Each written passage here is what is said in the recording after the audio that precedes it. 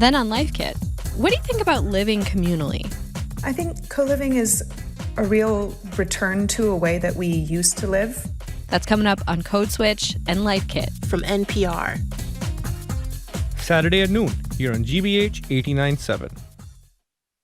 I'm Karen Marshall, executive producer for Morning Edition, and you and I are listening to 89.7 WGBH, HD1 Boston, online at gbhnews.org. GBH News with NPR, what matters to you. I'm Marjorie Egan, ahead on Boston Public Radio, live at the Boston Public Library. We could have been at Ground Zero right today, Copley Square. 89.7 GBH. Live from NPR News in Washington, I'm Corva Coleman. French officials say saboteurs have carried out a coordinated attack on the French high-speed rail system. It came hours before the Olympic opening ceremonies in Paris. The head of the French rail operator, Jean-Pierre Farandou, says officials don't yet know who the attackers are. There's an inquiry running at the moment, so the police force are looking after, of course, the people who have committed this assault against the French network. So it's ongoing. I have no information, no specific information on that. Authorities say that major rail lines running into and out of Paris are paralyzed. Authorities in Northern California have arrested a suspect and plan to charge him with arson in connection with the park fire. It started 2 days ago near the city of Chico, north of Sacramento. It's already burned more than 250 square miles. From NSPR, Alex Stutson reports an overcrowded homeless encampment is close to the evacuation zones, and campers are unsure of how they'll leave if they're ordered to do so. The encampment sits on a gravel lot just south of the airport, where aircraft constantly zoom by en route to the fire. Amanda Skelton watched from her tent last night. I could see the tips of the flames above the mountains. It's about 50 feet away from an area that's under mandatory evacuation orders, but people in the encampment haven't been told to leave yet. Many have limited mobility or multiple pets. One resident, known locally as Smiley, says a group has been working on a plan to get people out. There's a bunch of us, and we all got together last night and brainstormed it. You know, we're not leaving until everyone's out. I'm not. Those with working cars have offered to empty them of their belongings to make room for evacuees. For NPR News, I'm Alex Stutson in Chico, California. A new study released by a civilian harm watchdog this week says that the death toll quoted by the Gaza Health Ministry is broadly reliable. As NPR's Hadil Al-Shalchi reports, the group says the study is the largest and most in-depth analysis of the Gaza Ministry's data so far. Air Wars said it has independently identified 3,000 full names of Palestinian civilians killed in the first 17 days of the Gaza war, out of 7,000 names on a list provided by the Gaza Health Ministry. In the report released Wednesday, the group said that it analyzed only 350 events of the thousands of Israeli airstrikes and other explosions in that time frame. Air Wars said that the list didn't provide information on whether those killed were civilians or militants, but that their findings backed up previous reports showing the ministry's death toll has been largely reliable. The war in Gaza has killed more than 39,000 Palestinians. It was triggered when Hamas attacked Israel, killing 1,200 people. Hadil Al-Shalchi, NPR News, Ramallah. On Wall Street, the Dow is up 600 points. This is NPR. Good morning. With the latest from the GBH newsroom, I'm Henry Santoro. Officials at embattled Steward Healthcare have announced plans to close Kearney Hospital in Dorchester and Neshoba Valley Medical Center in Ayer. A statement from Steward says there were no qualified bids for the two hospitals, but they did receive bids for 6 other hospitals in the state: St. Elizabeth's in Brighton, Good Samaritan Medical Center in Brockton, Morton Hospital in Taunton, St. Anne's in Fall River, and Holy Family in Methuen and Haverhill. Norwood Hospital, another Steward facility, has been closed since 2020 because of a flood, was not included in the auction process. Meanwhile, after hearing the news of these closures, Massachusetts Governor Maura Healey issued a statement demanding Steward finalize the deals for the remaining Steward hospitals. City of Pittsfield is ready to roll out the red carpet for Vice President Kamala Harris tomorrow, and the visit comes 2 days after the presumptive Democratic nominee for president broke Zoom when 164,000 women joined her on the site for a rallying call and fundraiser. That took place last night. Organizers say tomorrow's event is sold out with donations and pledges totaling $1.4 million as of Wednesday night. And because of security reasons, the location and time of the event that will feature James Taylor, Yo-Yo Ma, Emmanuel Axe, and a special guest speaker, Heather Cox Richardson, has not been formally announced. Red Sox back at Fenway tonight, hosting the Yankees. We're at 76 degrees in Boston right now. This is GBH News. Support for NPR comes from NPR stations. Other contributors include the Skoll Foundation, dedicated to powering social innovators to transform the world. Learn more at skoll.org. And the Robert Wood Johnson Foundation at rwjf.org.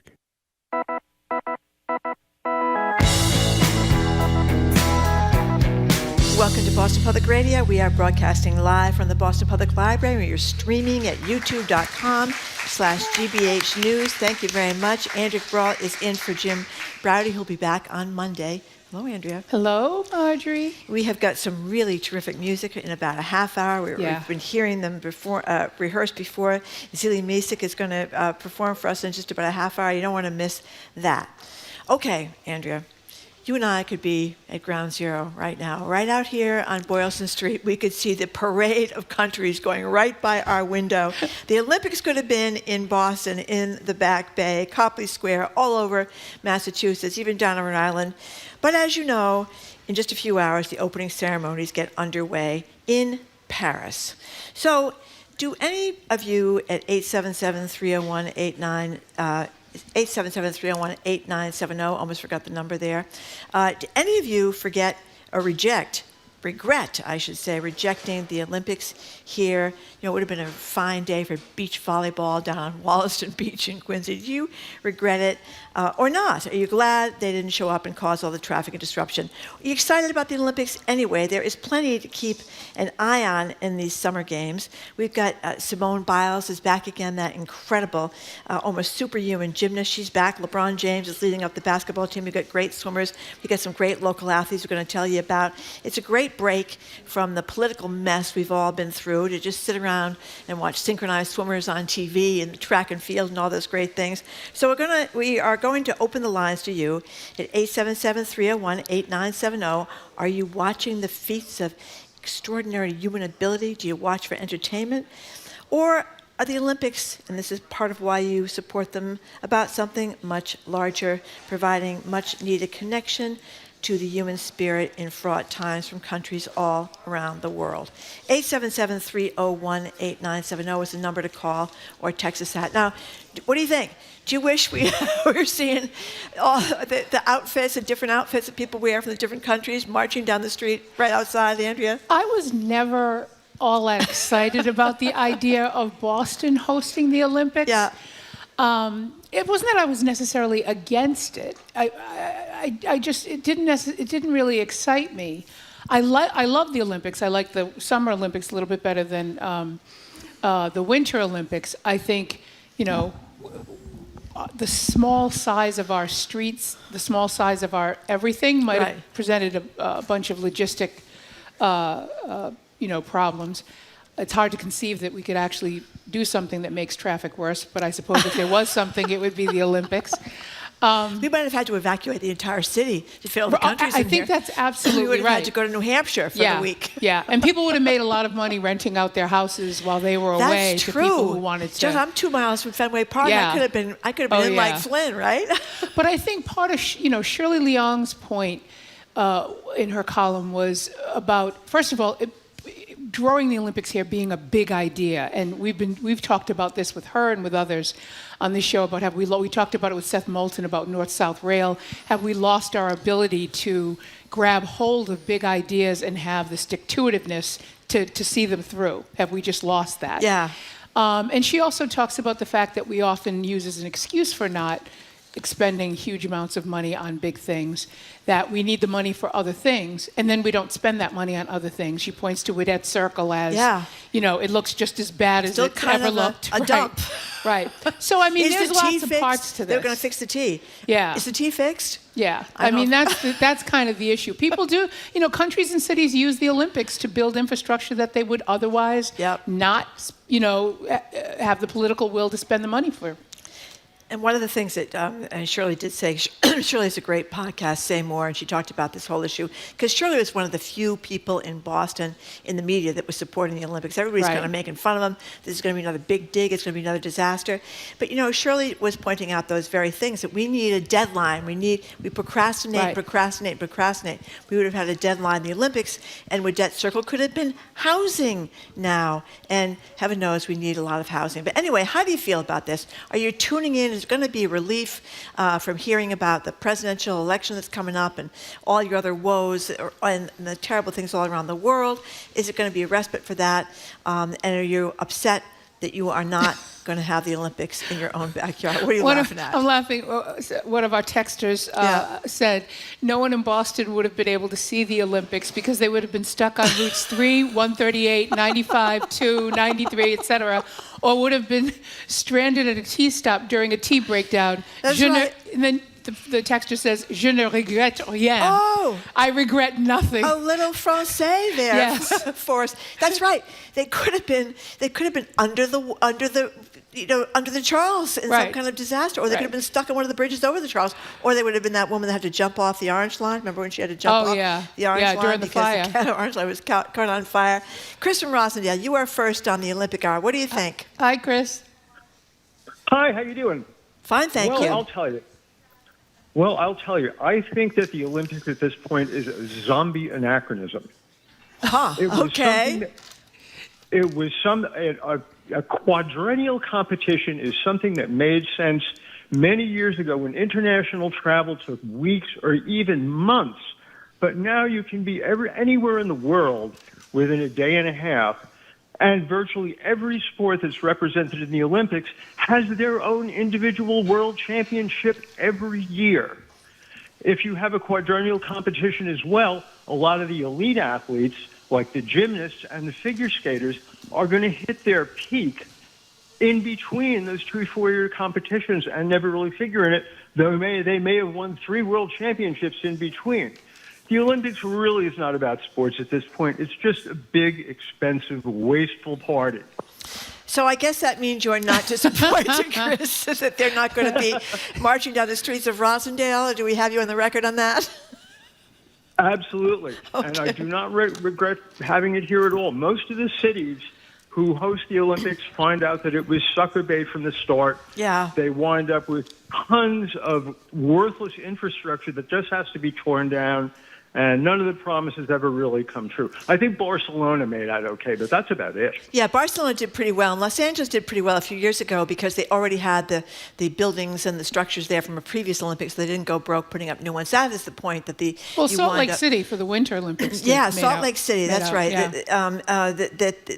Now that they're reduced to having the Olympics, there's a lot of corruption in the Olympics. Well, Chris, do you see any? He's gone. I was going to ask if you saw any value in the unifying aspect that you talked about. You get to see all the countries, mostly amateur athletes, on the world stage, and people representing their countries proudly. Does that do anything for you? But I have a feeling you would have said no. Well, you do get. I remember getting teary-eyed watching some of these moments. You get so excited. I root for the little countries that send the smallest delegations because I want them to win. Remember Cool Runnings, the movie about the bobsledders from Jamaica or something? And needless to say, there's not a lot of snow and ice in Jamaica, but the bobsledders came. Were they actually in the Olympics? I think they were. They were. Yeah. That was a really good movie. 877-301-8970. What do you think about the Olympics? Angela in Plainville, what do you think?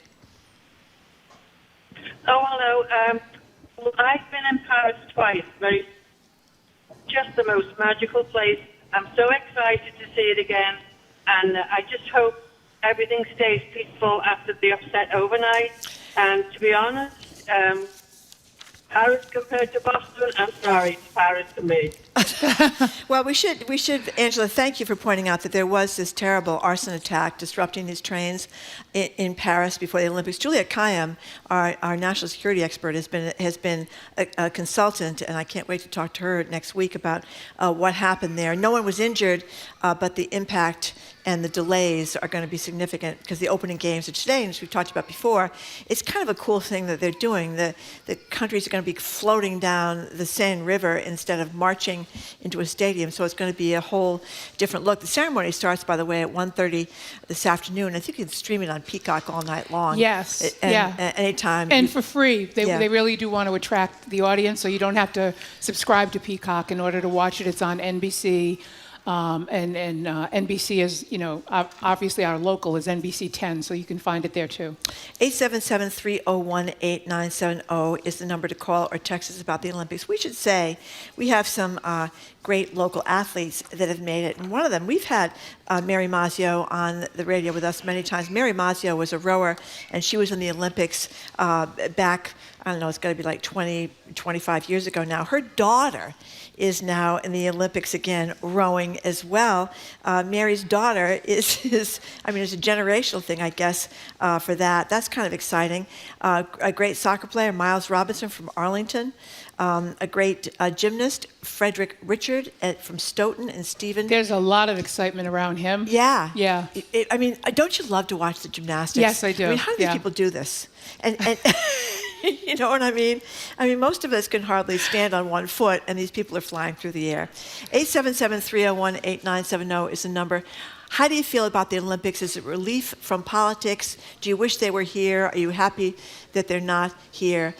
We have a lot of cynics on the texting list. I was just noticing the majority of people are saying, well, there's kind of a distinction between no Olympics here, and I think a lot of people are saying, no, we shouldn't have it here, versus I just don't like the Olympics generally. I think there are more people that are sort of naysayers on having the Olympics here. Well, here's Ingrid from Somerville. I am so bummed. No Olympic spirit here. Everyone's such a naysayer. God forbid we get some money and fix the stuff we needed to fix for 100 years. And then she ends with Kamala 2024. And then we have somebody else saying, the Olympics is just a rich pilfering normal people's tax dollars. No thanks. Somebody else says we would have just looked incompetent on a global scale here in Boston. The money would have been spent on white elephants, not infrastructure. Wow, people don't have a lot of faith in our ability to do the big things here in Boston. Well, Valerie from Jamaica Plain, because Jamaica Plain is full of optimists. Valerie says, I adore the Olympics, and I'm on my way to Logan this afternoon to see them in Paris. I was excited. I was excited to be able to walk to events. Yeah, she's a little more excited to be able to go see them in Paris and to not have to live through all of the construction, so that she's making the distinction between what would have happened if they had been here versus her being able to travel to go and see them. Somebody made a suggestion in one of the texters, which has been made before, and I think it's a brilliant suggestion. Have them in the same place every year. Someone said they should have the Summer Olympics in Greece. Greece has gotten so hot lately; it might be difficult. But that instead of this running around the world, because I learned from Shirley's podcast, Say More, that the Winter Olympics are going to be in Saudi Arabia coming forward. Yeah. They can only have them like in authoritarian regimes now, right? China, Russia. Well, Salt Lake gets them in 2034 or something like that. That is the exception, but for the most part, that's where they are, because they're going to build all these huge structures, and they don't care how much it costs. And I guess it's going to be an environmental disaster, because the Winter Olympics are really natural for Saudi Arabia. Kelly in Boston, what do you think? Hi, Kelly. Hi. Hi. I was just going to say, I always look forward to the Olympics just for the sheer number of scandals, whether it's like doping, or this morning I read there was a Canadian soccer coach that was spying on another team with a drone. Yeah. It's just fascinating. Kelly's in for the drama. Kelly's there for the drama. Yeah. Well, remember the stories about the number of condoms that they they dropped from airplanes over the Olympic Village, because there's a lot of 20-something young athletes. I hadn't heard anything about that. Oh yeah, it's always a big deal every year to make sure there's enough condoms to go around. Can you imagine?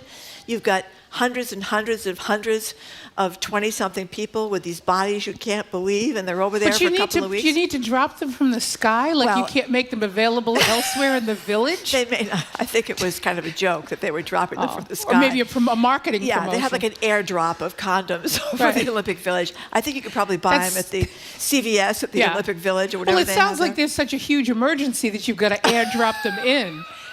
That's insane. Because they run out, Andrea. Right. That's what's the emergency. They run out. Yeah. Hurry, Slovakia needs condoms. Exactly. Mike in Swansea, thank you for calling. Hi. Just wanted to comment that, yes, I do think it is a nice respite from the constant barrage of political news. But what I wanted to add as an aside, totally off topic, was that it's great to have Andrea Cabral and you, Marjorie, and here's why. I find that when you folks... You're going to get me in trouble, Mike. You're going to get me in trouble. Go ahead. No, actually, this is actually lauding you and Andrea, or other folks who you bring in besides the usual co-pilot. Oh, come on! Come on, Mike. I love Jim. We're not going to criticize Jim. We call and criticize Jim when he's here. Well, I can't. He won't allow me to because when I find that when it's Jim and you open up the line for call-ins, he tends to cut off the caller. Mike. Jim is my partner for years. I love him. We're not going to listen to that. Jim is a great co-host, and he's a great co-host with you. Yes, you know what it is? He's a big man. Right. I think that's part of the issue. Jim is 6'5". He's a big guy. He's used to kind of orchestrating things. Isn't that part of the deal? If you think I'm getting involved in this conversation, you are out of your mind. Okay. It's time. Mike, thank you for the kind words for Andrea, because she is a great co-host. It's the girls in charge. Yeah, we appreciate that. We appreciate the kind things. Yes, we do. We're going to take a break right now, though. So we're talking with you about the Olympic Games. If you're counting down the minutes till the opening ceremonies, sitting on the edge of your seat, or you're tuning out altogether, just let us know. The conversation continues after a quick break. You're listening to Boston Public Radio 89.7 GBH.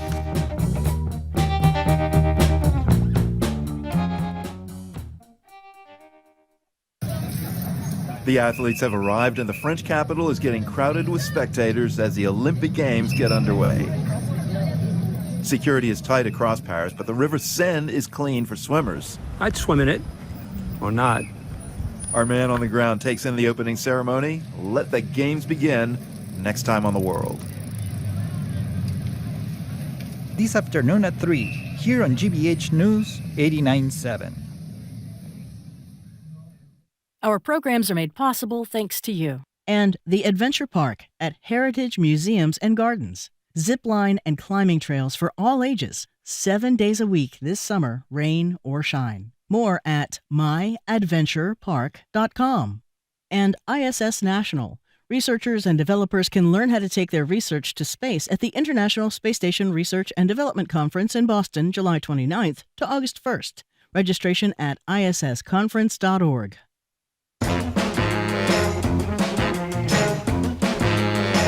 Welcome back to Boston Public Radio. We are broadcasting live from the Boston Public Library and streaming at youtube.com/GBH News. Thank you very much.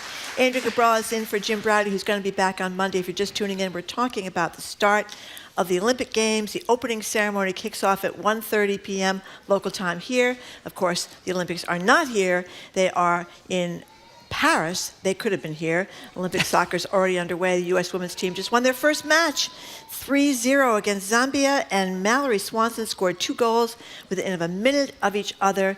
Here's a little bit of sound to get us in the mood. And there's a lot of space here. Trinity Rodman asking for it. Surely she can get the shot away. Yes, she does. Trinity Rodman.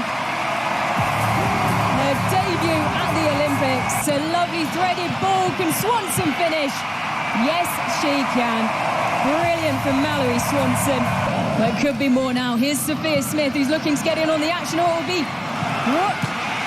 Swanson again within a matter of seconds after her last goal. Swanson with the double. Wow. That is amazing. Doesn't that get you all revved up? It does. It gets me all revved up. It totally does. And we're hearing also that this Canadian drone scandal is gigantic, I guess, in the soccer world. So the Canadian women's team now plays the entire thing without their coach because he's been suspended.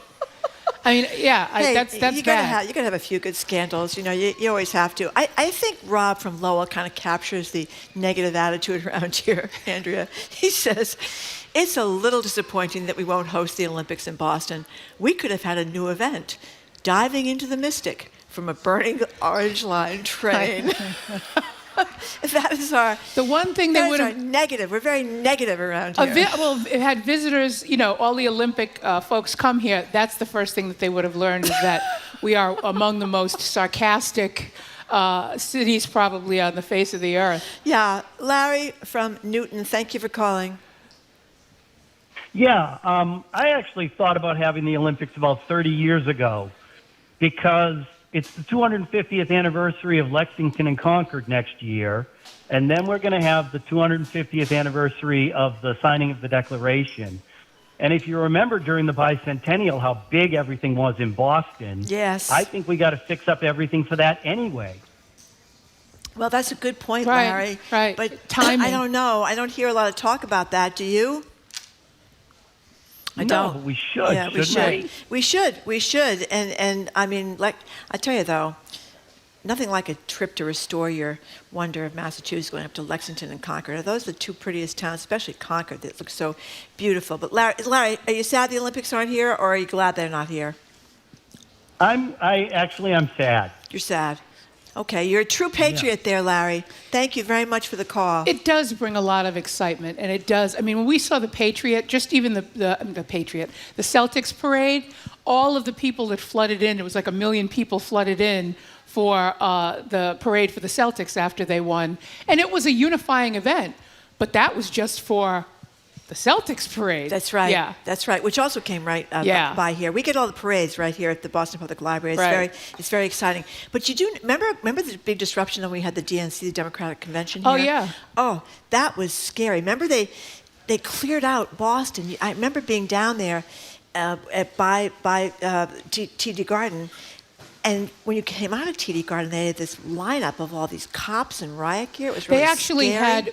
had designated areas where protesters, you could only protest in certain areas. And actually one of them was right by the House of Correction where the ramp to 93 was. Remember they used to be inside a pen, too. Yeah. You were like penned in protesting. And then when you looked at the highway from the TD Garden, there was nobody on it. Right. We sometimes don't handle those kinds of crowd control issues well. No. And by the way, they put reporters in pens at these rallies now, like these Trump rallies where people turn around and, he tells how terrible the media is. Everybody turns around and jeers at them. That is a new thing. And when I was a young reporter, you could go to these conventions, you could walk around. Nobody put you in a pen.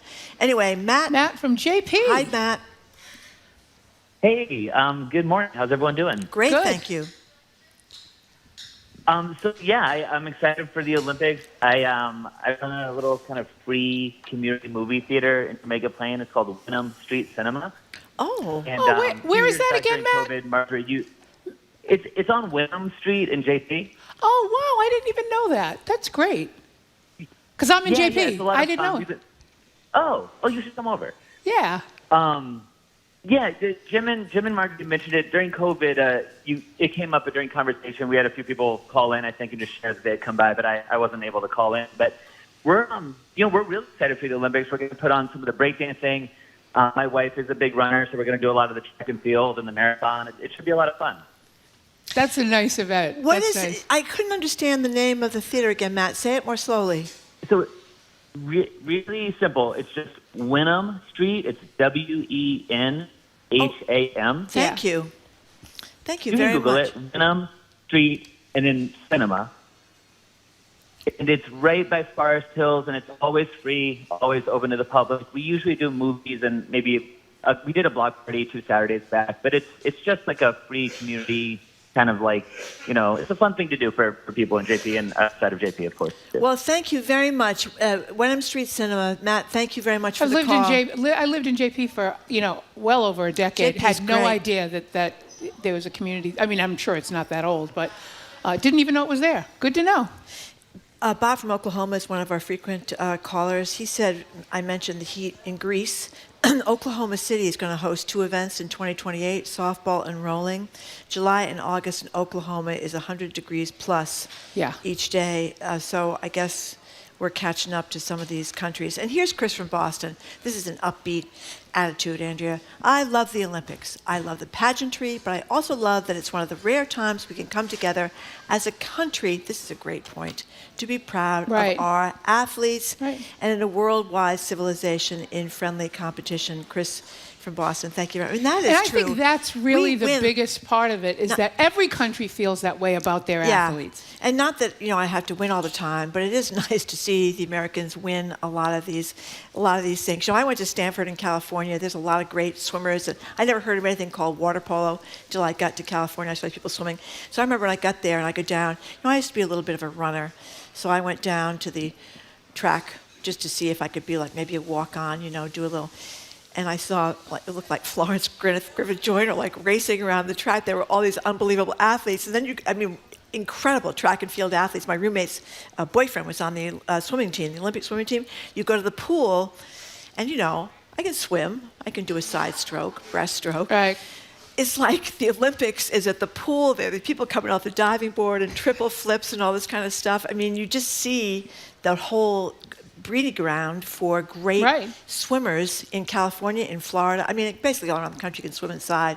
But they have unbelievable athletes. I think what you're celebrating is human endeavor and human effort. Yeah. People work really hard to be in the Olympics. There's a texter who said, it was better when it was all amateurs, like I can watch LeBron James anytime. And I actually agree with that, because you're seeing people at the height of their physical ability, for the most part. They're very young, they're very strong, they've worked really, really hard, and you see them triumph.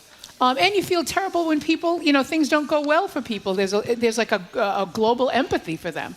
Well, I felt really bad a couple of years ago when that young track star, Sha'Carri Richardson, was eliminated. Okay, she had THC. Okay, that's against the rules. But her mother had just died, and she was traumatized. Right. But so she got thrown off the team. She's back. Right. And she's better than ever. Better than ever. So I'm really rooting for her this time around. And Katie Ledecky, she's a 7-time Olympic gold medalist, and she's trying to come back to win more medals. We have some incredible athletes. And 20 athletes from Massachusetts, like you mentioned. We have a really good, strong Massachusetts contingent. I know. We had people in field hockey, kid from Duxbury, Alexandra Hamill. Right, nearly every sport. Fencing, archery. We've got, we're covering the waterfront with folks from Massachusetts. Rugby, field hockey. I understand that you were quite a fencing champ in your early days. Yeah, right. Yeah. Yeah, me too. You don't want me anywhere near a blade. Price for Maine. Thank you for calling. Hi, I'm traveling south on 95, enjoying your conversation. I'm not a cynic. I can't wait for the Olympics to start. I love watching all of these niche sports and, of course, the popular sports like swimming and basketball. I do have one little pet peeve, though. What? Which is flag football. I don't think that should be in the Olympics. Is flag football? I didn't know it was. I didn't either. I do miss baseball. Baseball should be in the Olympics every year, even though the French don't play baseball. Outfit one of their soccer stadiums, make a baseball diamond. Come on. Yeah, flag football. How long has, Bryce, do you know how long flag football has been in the Olympics? Oh, I don't know. I never watch it. Sorry. Well, they add sports every time around. Yeah. These new sports that come into play. I don't know which new ones are. I don't know if anybody's going to be watching flag. Well, I saw somebody will watch flag football. Somebody just mentioned they'd love to watch the equestrian. Yeah. When you see those gorgeous horses going over those huge jumps, or the dressage thing where they pick up their feet. How do they do that, Andrea? You don't notice that? I think it's funny that you asked me how they do it. I don't know. But I will ask some horses and get back to you. Okay, thank you very much. And we should point out, as we said yesterday, Kevin Hart and Kenan Thompson, two very funny guys. You've all seen Kevin Hart do stand-up, and Kenan Thompson's been on Saturday Night Live forever. They're doing a little analysis of the Olympics. Post-action commentary. a riot. Okay, Andrea. All right. I know we're out of time. I know we hate to leave the topic with you guys, but thank you for all your calls and texts. We are going to have live music Friday next. We're very excited. Zeli Mizeek is ahead.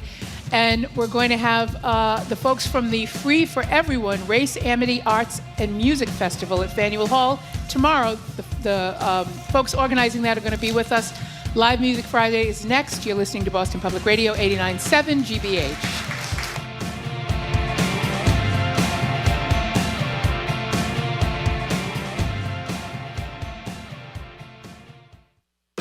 I'm Jared Bowen. Today on The Culture Show, it's our Arts and Culture Week in Review with a look at how pop culture is entwined with politics. From Veep viewership surging in response to Kamala Harris's presidential pursuits, to the Hollywood heavyweight endorsements, to the SNL scramble to cast the candidates as they embark on a season of political spoofing and satire. We take on that and more on The Culture Show today at 2 on 89.7 GBH.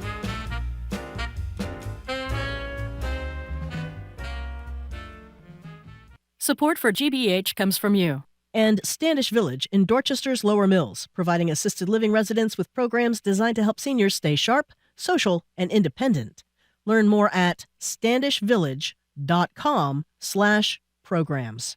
And Mass General Cancer Center, dedicated to providing the latest therapies and cancer specialists who are experienced in your cancer. When you hear the word cancer, their team is ready. Learn more at massgeneral.org/cancer.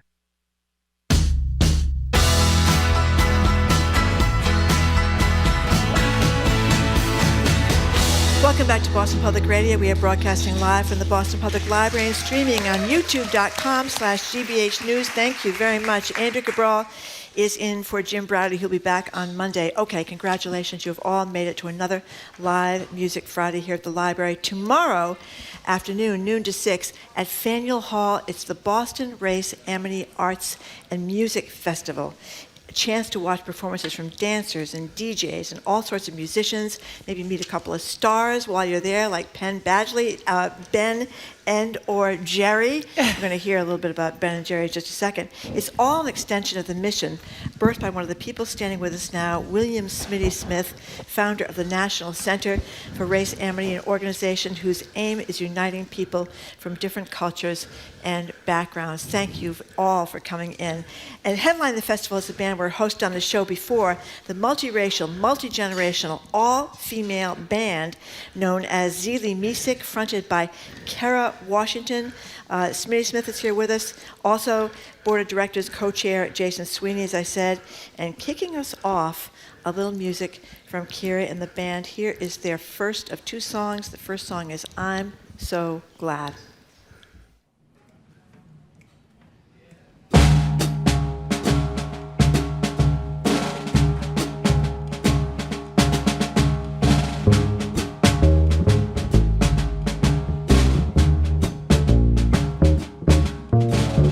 I'm so glad I go to the big TI. I'm so glad I go to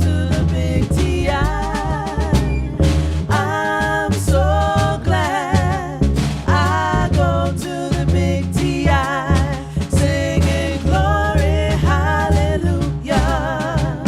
I'm so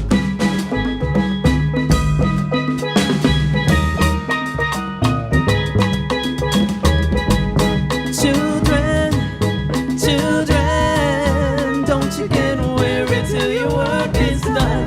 Children, don't you get weary till your work is done. Yes, our work is not done. And yes, I know you're tired. But this year, did you know 284 years of the Black Picnic? Also known as Negro Election Day, it was first celebrated in 1741. Did you know that? It means we get a voice. It means we've had a voice. It means Black Lives Matter. Since before Tuskegee was a university. Since before MLK was a holiday. Since before black was beautiful. Since before we all knew the word Juneteenth. Since before Negro Election Day became the Black Picnic. Since before you learned about race amity. You have a voice. We need your voice. When we work together, all of us, towards our liberation, our collective liberation, our equity for all. When we work together, there's nothing we will not accomplish.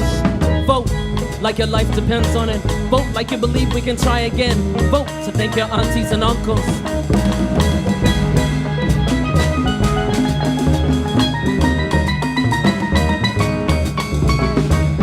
Bernice Johnson Reagan, John Lewis, Nina Simone, Cesar Chavez, Fannie Lou Hamer, Kenny Washington, Emma G, Harvey Milk. Vote.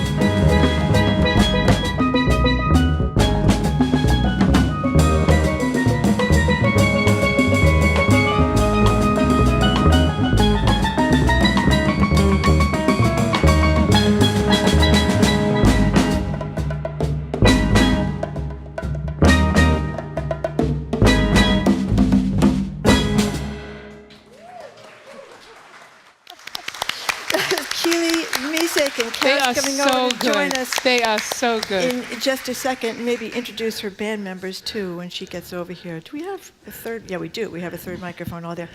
Kira, that was fantastic. It really was. Yeah. So, want to introduce the band members? Absolutely. Becky Bass on steel pan and vocals, Lexi Havlin on guitar, Mickey on the drums, Kirsten Lamb on the upright bass. All right. Woo! Yes, indeed. You definitely brought the joy, I will tell you that. You definitely brought the joy. So we're going to start with you, Dr. Smith. Tell us about the National Center for Race, Amity. You know, we know in Massachusetts, former Governor Charlie Baker made Amity Day a holiday in Massachusetts. And it's happened all across the country. Tell us what how the National Center brings all of that together. Okay, before I do that, Andrea, I just wanted to share a couple of quick things. Sure. One, the earlier part of the show, the commentary about the Olympics and so forth.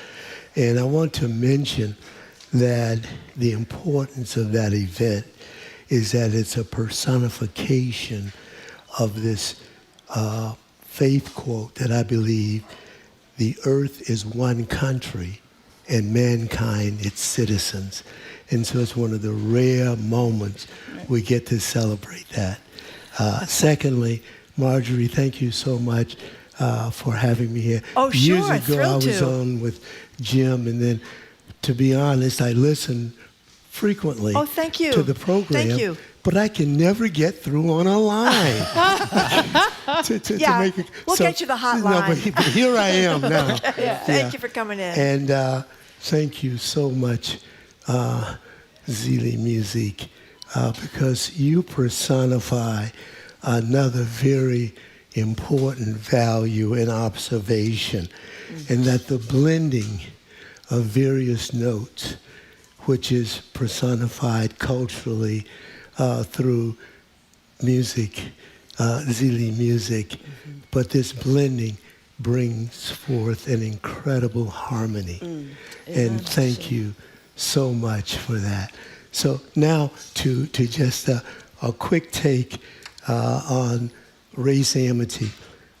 Simply, our mission is to promote cross-cultural and cross-cultural friendship as a means of advancing access, equity, and social justice in this nation. Now, this is not a new thought. It's a part of what our history has been. If you look at America's history, we're all very familiar with the tradition of racism, and most everyone can point out episodes in our national history that personify that. What we are not aware of is that there has always been a moral counterweight to racism in our history. And that moral counterweight we call the other tradition. And this other tradition is the tradition of close, collaborative, loving, cross-racial, cross-cultural friendships where small groups of people, small groups, band together and make change. And the reason these small groups are so effective and have been effective throughout our national history in that regard is because they have the moral suasion and power on their side. And it's that whole thing about the arc bending towards justice. But replete in American history have been these close, loving, cross-racial, cross-cultural friendships that have advanced all the changes, not some, all of the major changes that we experience in America, going back to pre-revolution days with the relationship of Charles Thompson, the first Secretary of Commerce for the United States, and his close friendship with T.D. Uskin, who is the tribal chief of the Delaware Nation. I won't go into the long story, but their friendship is the reason we're not having this program in French. So let's bring in Jason Sweeney here. You're an ice cream man, Ben & Jerry's. I read where there were more than 100 race Amity celebrations in 2024 all across the country. One of them just happened up in Concord, I guess, June 8th. But how'd you get involved in this whole thing? Mr. Ben & Jerry, Jason Sweeney. Yeah, thanks for having us. Smitty and I partnered on an event over 12 years ago on the Greenway, one of the first race Amity festivals. And I was just really blown away by the impact and hearing Dr. Smith speak and his positive message, how it brought people together. So once I attended that first event, I was hooked and became good friends. I consider Smitty a mentor. And, really see the power of race Amity. My friendship, my loving friendship with Dr. Smith here really impacts the way I see the world and the way I see issues. So, I feel like I understand firsthand how a close friendship can impact the way you see things. And we want to kind of take that message out to people, bring people together through music and art at the festival. Obviously, free ice cream also helps draw in, helps bring some interest. So that's a draw also. But just bring people together in a loving way in friendship, celebrating art, music, and ice cream. So what about this festival? What can we expect for this festival? We know we've got Zeli Mizeek headlining the festival. Tell us a little bit about that, and then we'll talk to Kara about more in depth about what they're going to be bringing. Yeah, we're really excited. This is our best lineup we've had. Obviously, just hearing a little bit of Zeli Mizeek. They're such a talented, such a fun music to listen to. They get everybody dancing. They get people involved. Carol will tell you more about that. But they're the headliner and definitely a reason to come out. But we've got a great band from Vermont coming down, the Rough Suspects. We've got this world-renowned breakdancing group, the Floor Lords, which started here in Boston over 40 years ago, one of the oldest breakdancing crews in the United States. Yeah. They're going to be performing a high-energy set, getting people dancing, which would be a lot of fun. But between that and then also actor Penn Badgley, who's a big supporter of Race Amity. Penn is very busy right now filming You, which is a hit on Netflix. But Penn's coming over for the day. He's going to give a speech about Race Amity and the power of Race Amity. He's spoken at a couple of our conferences and a big supporter. So really excited for his appearance. So Kara Washington, you front Zeli Mizeek, as Andrew just said. Tell us about, you got a cross-cultural thing with the music going on from all these different countries. So explain what that's all about. I got a taste of it, but elaborate. Absolutely. So we started 24 years ago. This is our 24th year. Wow. And started as a group. Basically, a couple of other bands that I was in folded at the same time. And one was an all-female group, and one was a Haitian band. And my home is in Haitian rhythms. But I'm African American, and I grew up at a time when black roots meant everybody. We all come from Africa. Humanity started there, so we're all cousins in some kind of way, and our liberation is built up in each other. That's how I was raised. So in starting a band and being encouraged by a couple friends, that's how I started the band. Okay, it's got to be multi-ethnic, multi-racial. It's got to be all folk around this idea that we're all connected, and that's what we're doing in the music. So there's a lot of Haitian rhythms there. There's a lot of Brazilian rhythms. There's a lot of Cape Verdean music. There's a lot of stuff going on from the Black Atlantic. There's a lot of music there that's coming in together, and all the points of contact where we all are connected in that way. We're all bringing that. All the people that are in the band bring their own little spice to the stew, and then we just kind of let it cook there for a minute.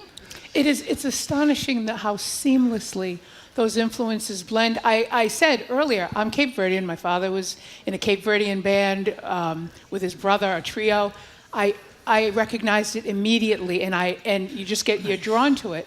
But talk a little bit more about the shared experience part, because it manifests itself in the music. But you, when you were here the last time, talked about the shared experience of those cultures helping to bring that music together. Absolutely, absolutely. So that term I used, Black Atlantic, means that all these places have something in common, which is the experience of enslavement, the experience of slavery that happened in these cultures in the Caribbean, in Central America, South America, North America, and all of these places are brought together by that history, shameful history, but also the incredible experience of how freedom came about. Liberation for us all means that we have to get involved in there. And even you're talking about the first Black Republic in Haiti, that struggle for freedom in the Haitian Revolution went on for 13 years, back and forth and back and forth and back and forth. And then finally, there were folks in the French armies who defected and said, okay, no, we're gonna join the side of right. And they fought alongside formerly enslaved people, who then that push allowed that first Black Republic to let Dessalines lead, to let other folks lead, and to support. And that is an incredible lesson that we are still trying to learn from in our time, right? So that shared experience, I talk about that because so many Haitians went around the world and around the Black Atlantic to help in other liberation struggles. Here in our country, most particularly, and influenced our abolition struggle here. So that is something that we definitely feel in the music, that shared experience. That's what we're trying to draw out, going to Brazil and finding that music that is connected to that Cape Verdean struggle, to that struggle in Sierra Leone, to that struggle in all these different places, and particularly my folk in the South, that first song that we were playing, Tuskegee, I was there when Tuskegee Institute became Tuskegee University. My mother was working there, and she used to take me to the halftime show. And so I remember hearing that music, and I thought, I want to play that song. I never got to play the tuba, but, that energy is what inspires me to try to make connections, not just with folks of the African diaspora, but particularly.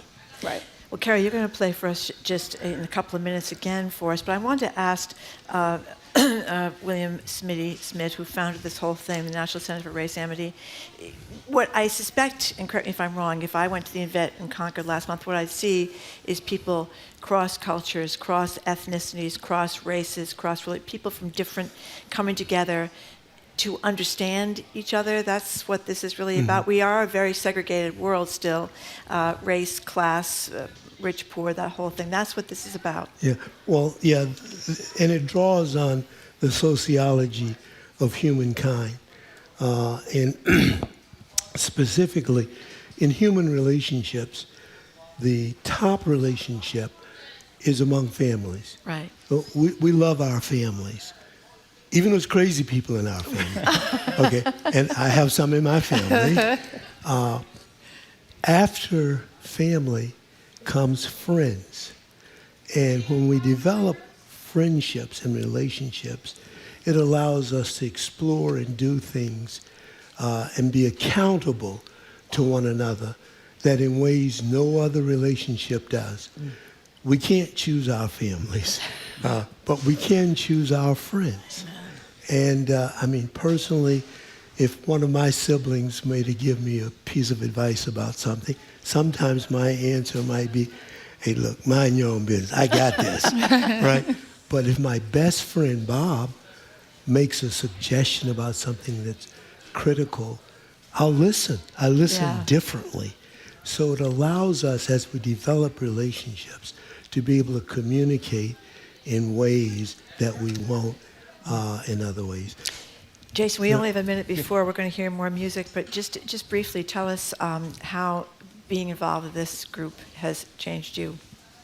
Yeah, like I said, it really impacts the way I see everything and how I understand issues. You know, my friendship with Smitty and kind of hearing some of his experiences growing up in the South, you know, definitely gives me a unique experience that, you know, I never had or was never taught in school, say. So, you know, just that firsthand history of things that, you know, Dr. Smith's taught me has really impacted just the total way I see the world.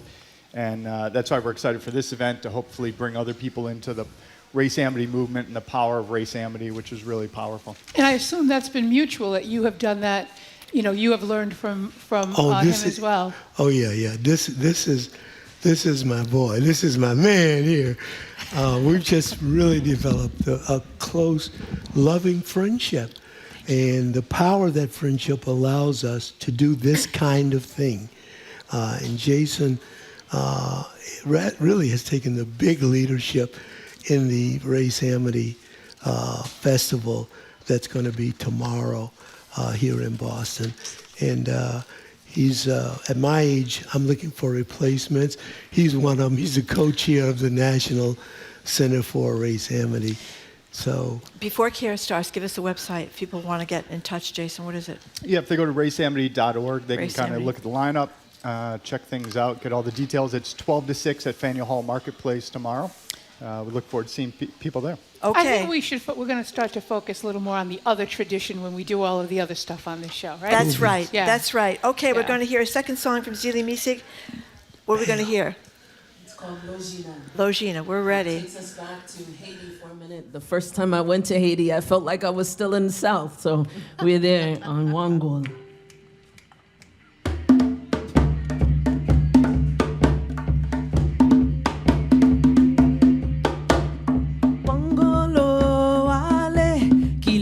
Vini we manko wale kilewa vini we manko pia chanje kilewa vini we manko wale maya gayewa ewa maya gayeti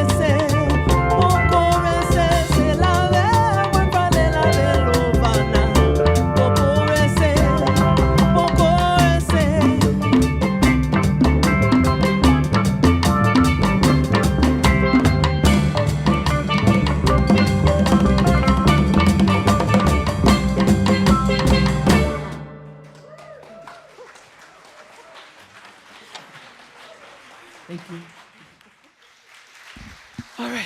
Well, we've been listening to Zeli Mizeek. You've got to go to Faneuil Hall and go to the Boston Race Amity Arts and Music Festival and listen to them. It's free for everybody. It's tomorrow at noon, from noon to 6, at Faneuil Hall. For more information, the website is raceamity.org.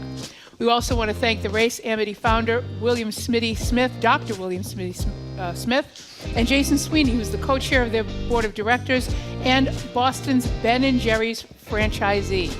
After the noon news, it's retired federal judge Nancy Gertner. You're listening to Boston Public Radio, 89.7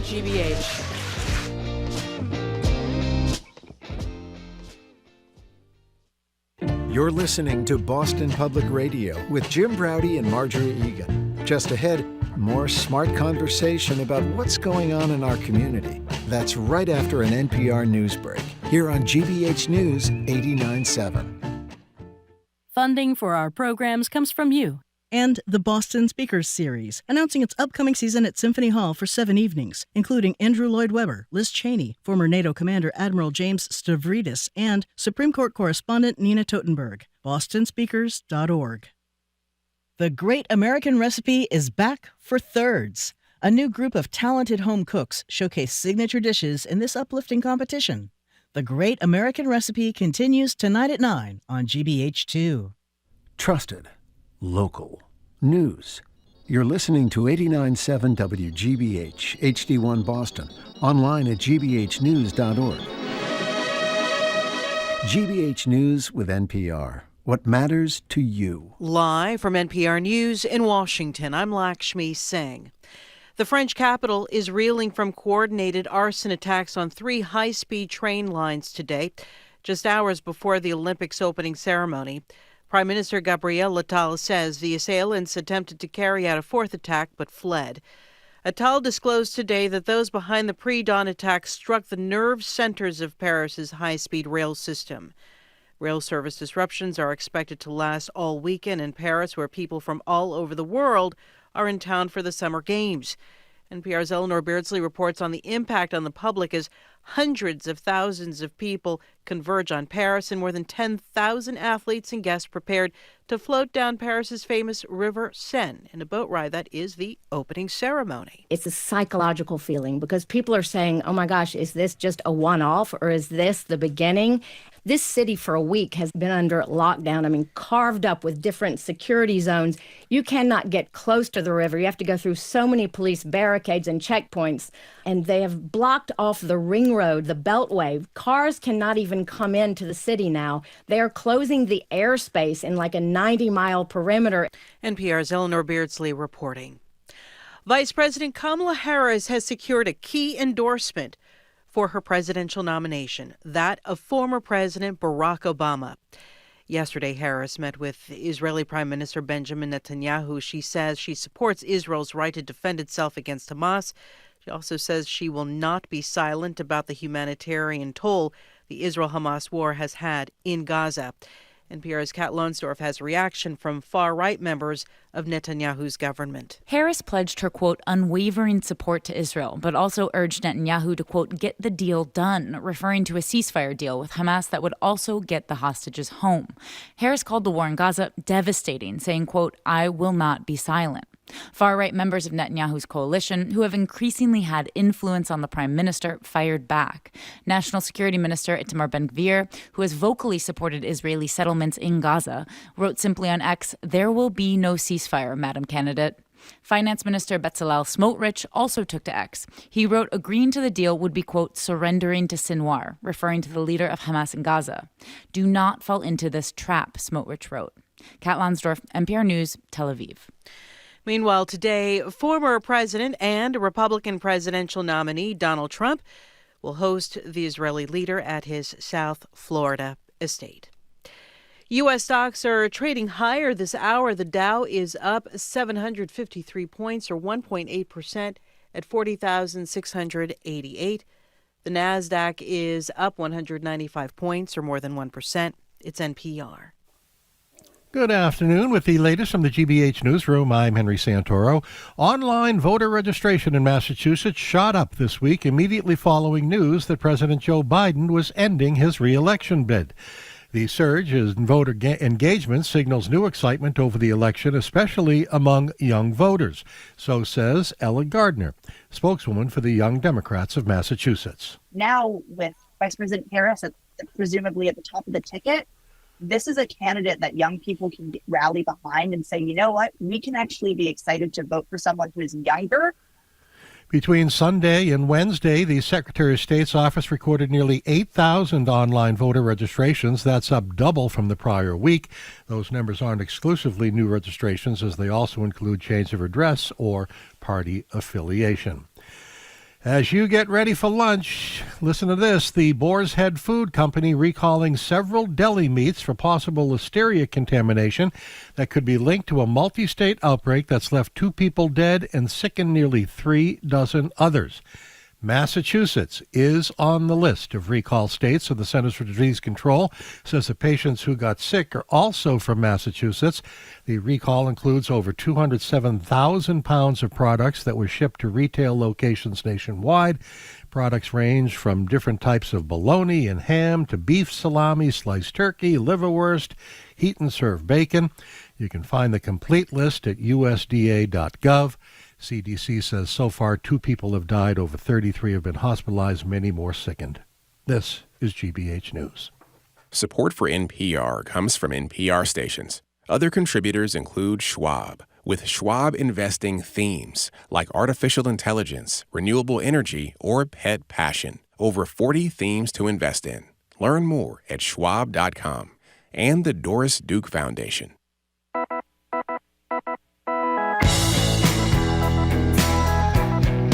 Welcome back to Boston Public Radio. We are broadcasting live from the Boston Public Library and streaming at youtube.com/GBH News. Back to the real world, Andrea, after that wonderful musical interlude, as we say. Andrea Cabral is in for Jim Brady. That was, we were joined on Zoom for another edition now of On the Docket by retired federal judge Nancy Gertner. She's a senior lecturer at Harvard Law School and a Boston Public Radio contributor. Hello, Judge Gertner. Thank you very much for joining us. Hi. Hello, Your Honor. It's good to see you. Oh, how are you? You want me to sing too? If you want to belt out a few notes, you go right ahead. Yeah, that was a very inspirational performance we just had. Absolutely, for the guy. Zeli Mizeek is the name again of the group, and they're going to be performing at the Erase Amity event this weekend. Anyway, back to the real harrowing world, Judge Gertner. So, Judge Gertner, there's been all of this talk recently, and it's gotten some pretty good coverage. Sort of a threat by Republicans to take legal action over this sort of, for lack of a better term, swap. Biden is out of the race, and now Harris is the nominee, or is going to be the nominee. And it got some traction, at least in some of the stories that I read about. How legally viable is any of that? Well, first of all, that has become a question which I have to always pause, because I was the one who thought there was no way that the Supreme Court would rule that Trump was immune for anything. Yes, exactly. Same here, yeah. So the answer is, I don't know. From the people who I have talked to, the fact that all of this is taking place substantially before the convention, the fact that Biden is endorsing Harris, the fact that she's lined up, that wasn't dispositive, his endorsing her. What was dispositive here is the fact that she lined up all of the delegates, or as many as she needs, and that's all that you need. So from the people that I've spoken to, this should not be a thing at all. It might have been if there were any divisions among the Democrats as to who should replace Biden. It might have been if it took longer and closer to the convention. But my understanding, and I'm not an expert in election law, is that this really is not a thing. However, I also didn't believe that Eileen Cannon would, throw out the classified documents case. So I don't think it is a thing, is the bottom line. I mean, you think about it, if heaven forbid a candidate died, there has to be a mechanism to replace that person. And this has gone more smoothly, I think, than anyone anticipated. Yeah, so we don't have to worry too much anyway about some emergency interference from the Supreme Court saying that we have to start from square one. It shouldn't happen. That doesn't mean in 2024 that it won't, but it shouldn't. So we don't want to relax too much on that one. But how about the Department of Justice blaming the sentencing of Roger Stone, who was a close associate of Donald Trump? He was pardoned by Donald Trump, as everyone knows, but for blaming them essentially for softening Stone's sentencing recommendation. They blamed ineffectual leadership, not some kind of conspiratorial thing. What do you think about that? Well, they actually were blaming it on the U.S. attorney, the new U.S. attorney, who apparently Barr has a conversation with him. He thinks that there's going to be a relatively lenient recommendation.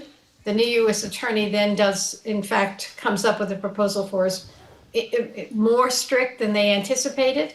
And then Barr says, essentially urges him to reconsider. So one thing that was clear, or at least the IG found was clear, was that Trump was not involved. Barr was involved. And but Barr was doing it at his own judgment about what was appropriate, not necessarily at the direction of his mentor. Now, the lines here between not doing it at the direction of his boss and making a judgment on his own are ambiguous, right? He knew what his boss wanted. But, I mean, it does, I think we have to accept the findings of it. The IG doesn't usually pull its punches. And it sounded like this U.S. attorney just didn't get the message. Now, that message may have been politically skewed, but it wasn't a message from Trump. It was a message from Barr. One of the things that puzzled me about this was that this is the Inspector General which is within the Department of Justice, and that's who's usually charged with doing these kinds of investigations. The Office of the Inspector General has explicit, I think, statutory subpoena power. And when you read the article about this, it says Barr declined to be interviewed for this investigation. And it's a civilly enforceable subpoena, not necessarily criminally. It's an administrative subpoena when they're doing investigations. Doesn't necessarily mean that you get thrown in jail. But why didn't they subpoena him? How does he get to decline to participate in an investigation that is in part about judgment and decisions that he made while he was in office, unless he was exposed criminally? I can understand him having a Fifth Amendment right, but they didn't even issue a subpoena. Well, I mean, the only thing could be if they had enough information from the documents that they didn't need to enforce, a subpoena against a person. And who knows what the U.S. attorney was saying. The U.S. attorney could have been falling on his sword. So, I mean, I'm not, that story triggers something different in me. It is Project 2025. It is the way that Project 2025, which Trump has been trying to distance himself from, talks about essentially eliminating an independent DOJ, a relatively independent DOJ, and enabling the appointment of Trump acolytes in DOJ. So the accusation against Barr was that's what he was doing and that Trump called him up. Project 20 would make that call legitimate. Right. I mean, think about it. No, I think you're absolutely right. And I think that that's why I kind of thought of this case as a canary in the coal mine for what became Project 2025. This was feeling this kind of stuff out. I think that we have lost the judge. Oh, did we lose her? Yeah, she was frozen for a minute, and now we've lost her. So I'm hoping we're going to call her back and at least get her on the phone if we can't get her on Zoom. Before we get her back, we could just mention Steve Bannon. I'm not a particular fan of Steve Bannon. He's got this horrible podcast, and he's an insurrectionist extraordinaire. He's also one of Donald Trump's minions. Now he's in jail. He's in jail right now. Prison. That's right. He's got a 4-month prison term because he refused to honor a subpoena. But then he's going to be back in court in December, and I had put this out of my mind. There are so many scandals, you can't keep up with them. I remember he was leading that nonprofit Build the Wall, Inc., and saying every single cent was going to go to building the wall between the United States and Mexico. And it turned out, Andrea, that wasn't what happened. No, he diverted over $100,000 to one of his associates by way of payroll, and diverted other monies, I think, elsewhere. I mean, there wasn't an allegation that was getting kicked back to him, but it certainly wouldn't surprise me if something like that was true. But the important part about this story is that 4 of the other co-conspirators in that have already either pled guilty and been sentenced, or I think they've all been sentenced, or one went to trial and was found guilty. So the people that were involved in this with him have already been adjudicated, which leaves very little wiggle room for him to not be similarly convicted. Yeah, so that's going backward to the shenanigans that went on while Donald Trump was the president of the United States. Of course, he is neck and neck now with Kamala Harris for the election coming up in the fall. But there it has been a lot of talk. Biden was one of the people that was talking about proposals to limit the Supreme Courts. If we get, I hope we do, Judge Gertner back. I'm back. Oh, you're back. Okay, good. Great. But just in time, because we were talking about, Elena Kagan, of course, a member of the Supreme Court, was talking about that there needs to be some serious enforcement of ethics on the Supreme Court. And it was nice, I think, great, at least, that somebody was speaking out and saying these things. You, of course, were on that commission with Larry Tribe from Harvard that was looking at what should be done about the Supreme Court. President Biden has talked about term limits and stuff. So tell people what your conclusions were about the increasing lack of trust and faith in the United States Supreme Court from the citizens of the United States. What did you propose? Well, the White House Commission, so this was now done about a year after Biden got in office. And it was to some degree before the really blockbuster, troubling decisions of the Supreme Court. There had been some before. The takeaway from the White House Commission report, there was no recommendations. It was totally bipartisan. There were many people who, there were people on one side and people on the other side. It was very bipartisan. If you read it, the takeaway is an enormously, enormously powerful court, among the most powerful in the Western world, and the least accountable. Our divisions were what to do about that. But it seems to me the takeaway that it was the least accountable court is screams from those pages. Least accountable in the sense that they're the final word on what cases the final word on the Constitution. Other countries allow a legislature to override what the Supreme Court says. Our Supreme Court is the last word. They pick and choose the cases they want to take. There are certain cases they must take. Fights between states, but then they pick and choose the cases that they wish to take. This is a court that has, in fact, been very loose about taking cases even from bypassing courts of appeals. And then you had the ethics scandal. You had Clarence Thomas, who, I think it was Politico who reported that it was about 4 million in trips that he had taken that was not disclosed over the course of his time as a judge, which is stunning and clearly illegal. Illegal. Failed to disclose them. And nobody did anything. There was no enforceable code of conduct. There was nothing one could do. So Biden took a long time to decide that he needed to there had to be legislative action. He's only talking about 2 fronts. We mainly, Larry Tribe and I and others talked about 3. The 2 fronts were coming up with a limited term. Every other Supreme Court in the Western world has a limited term and an age limit. Every single one. We alone do not. The other thing is to come up with an ethics code that would be enforceable. Every other court has it. Recusal mechanisms that would be enforceable. Biden's not talking. That would be part of an ethics code. Something has to be done because this is a dictatorship, a judicial dictatorship in the middle of a democracy. And it takes a while to talk like that, but I think that's true. It will, however, and the third thing, one was the code of ethics, the other was term limits, and the third thing was expanding the court. Biden has not thrown his weight around that proposal, but candidly, that could be done tomorrow with legislative action.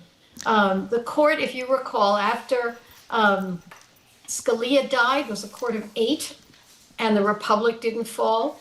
There are 13 circuits in the United States. We could have a bench of 13 people, one for each circuit.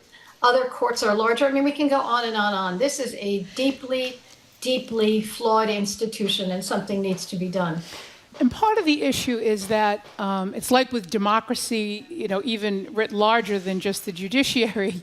It's always a really bad time to find out that it runs on the honor system when it starts to fall apart, and when people without honor, you find out, are in charge. And so part of this to me is we didn't think about the accountability of SCOTUS, because even in its darkest days before now, we didn't have this level of incredibility and corruption.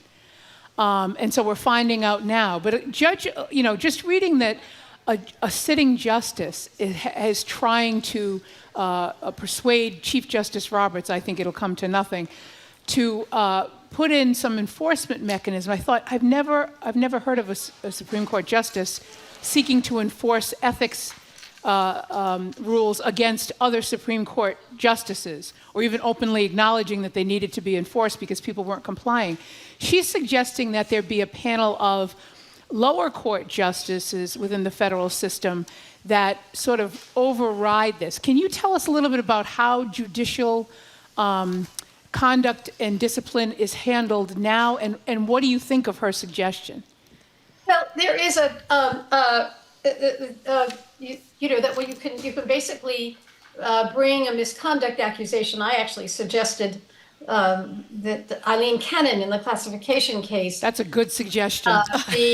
Be brought up before the 11th Circuit, which is the supervising circuit, where her behavior in the case, the delays in particular, her not moving the case, her taking issues that she thought were important and not dealing with the issues that were in fact important, that there's a judicial misconduct proceeding where you can go before the Court of Appeals that is above you, and there is an investigation, and then there are then there are conclusions as to what should be done.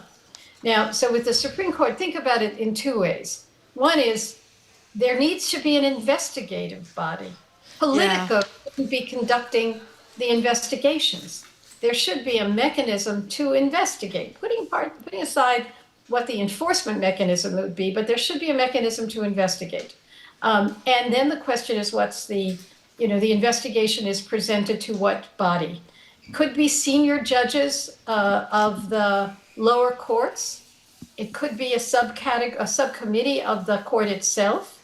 Other Supreme Courts have a body to investigate misconduct.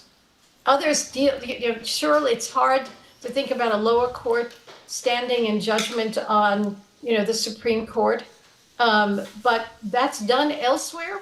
And frankly, in this case, the other proposal has been the Judicial Conference, which is a conference of the chief judges of all the circuits, led by Justice Roberts. So I'm most skeptical of that as a mechanism because the Judicial Conference is completely under the thumb of Justice Roberts, who has shown himself not to be particularly good on these issues. But something has to be done, and other courts around the world have solved this. How would that come to pass, though? Would it be Congress? Would it be? It would be Congress, which... Now, Justice Alito believes that Congress doesn't have the right to do any of this. And of course, there would be this really crazy situation where Congress would pass a law, the president would sign it, and it would be challenged in the Supreme Court. Right. But one would hope that Justice Kagan, and others on the court realize that something has to be done. I mean, we have had in our history, you know, a Supreme Court judge, I think it was, may have been Fortas, I've now forgotten, who took a fee for a service. Yes, it was Abe Fortas. Yeah, that he shouldn't have, and he resigned. He resigned. Yeah, I mean, those were the days. I mean, the brazenness of particularly Justice Thomas is really quite, is really quite extraordinary, and it may finally trigger some change here, which would make a sense. Judge Gertner, you said before that what Justice Thomas has done, non-disclosure, taking these trips from people, business before the court, et cetera, was illegal. I'm wondering if a regular citizen did that, or someone that, was a political person, that it meant it was really deleterious to the people that he was supposed to be in charge of, would that person be charged, at least civilly? Actually, a friend of mine wrote a piece for the National Law Journal.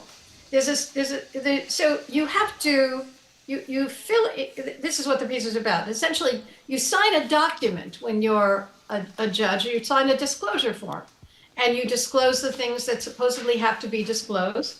And then you disclose the things that have to be disclosed, and then you have to, and you have to say that this is complete, that is totally complete. That you not withheld anything, and you do that under pains and penalties of perjury. Okay. There have been people who have been prosecuted for not disclosing what they should have disclosed as as a false statement. Right. And so he's eligible. That's right. So there would be criminal prosecutions for failing to disclose this. Okay, one last probably stupid question, but so what prevents someone from doing that? What prevents someone from doing what? From charging Justice Thomas? Nothing. He could be charged now. By whom? Who would do it? It would be a U.S. attorney who would charge him. And why don't they? With a false statement in the disclosure document. And why don't they? I can answer lots of questions. That's not one I can answer. Okay. But I will say this: the statute of limitations has not run. The statute of limitations has not run. Yeah. Okay, here's another one that's keeping me up in night. Some of the things that could be coming up with the Supreme Court. People remember the election interference case. I hated that we call it the hush money case, because that meant it was just hush money to a adult film star, but it really was an election interference case, if you ask me, the 34 felony case out of New York. Now the judge there, Judge Merchant, has suspended the sentence that was supposed to be in July. He's now going to sentence, I think it's the 18th of September. But there's concern that the Supreme Court may intervene here too, and that the immunity ruling for the Supreme Court may have implications here. So what do you think? Well, I think it does have implications. So in fact,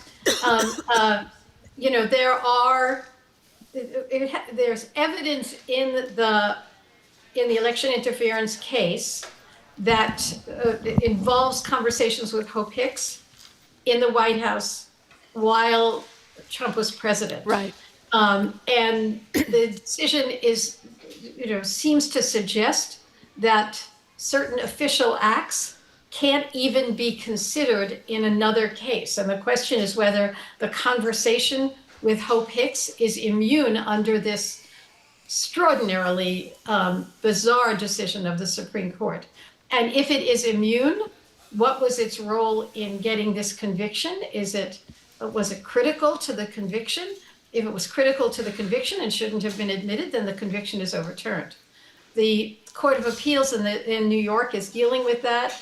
The Bragg just filed a brief opposing the argument made by Trump's lawyers.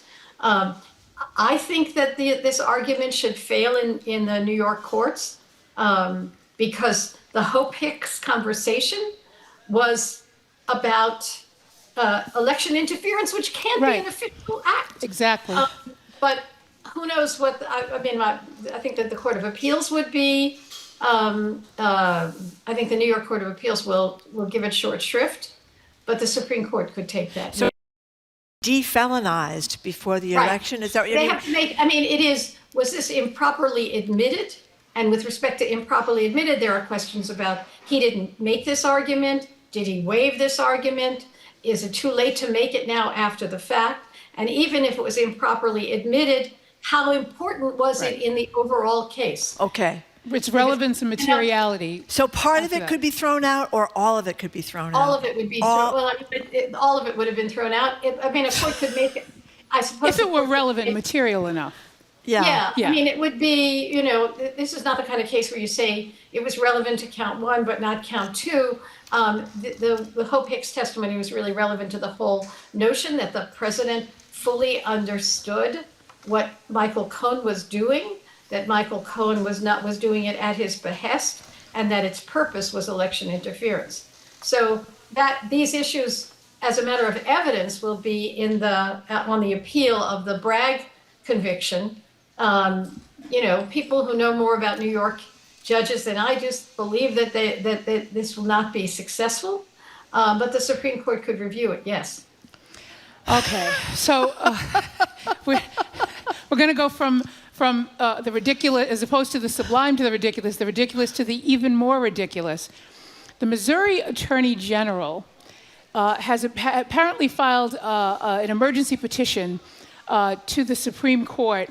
It's one of several petitions they may act on before they even come back in session the third week in October, basically trying to make the argument that the sentencing, Judge Merchant sentencing Donald Trump on September 18th should be postponed, because if he is sentenced and sent to jail, the voters of Missouri will not be able to hear from Trump while he's in jail.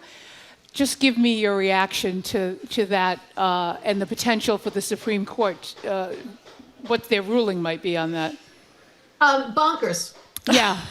There's a you know, I mean, the notion that one state can interfere in the criminal prosecution in another state is itself extraordinary. The notion that you know, that essentially one state enforcing its criminal laws, as New York was doing, should be barred because the candidate.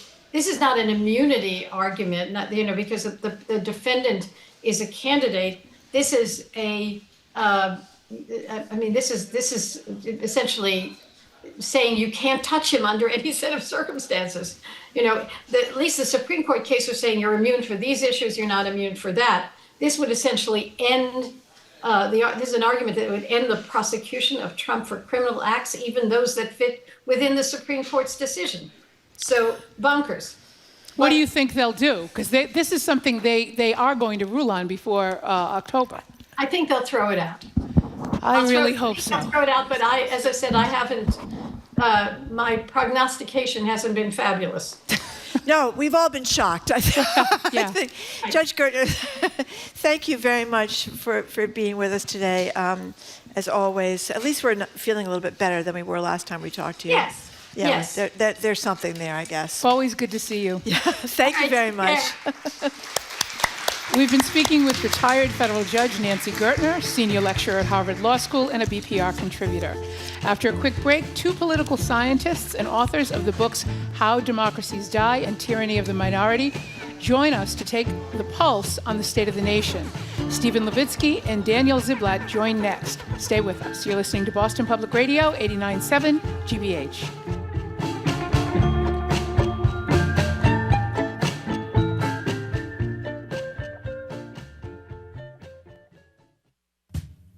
Now that Vice President Kamala Harris is poised to become the Democratic nominee for president, Republicans are strategizing how they'll go after her, starting with her identity.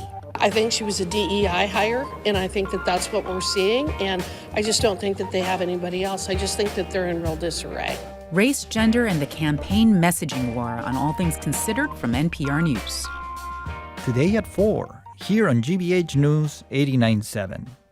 Our programs are made possible thanks to you. And Comcast, offering Xfinity Internet, designed to provide a connection for home networks so everyone can be online at once, even during peak hours. More information at xfinity.com.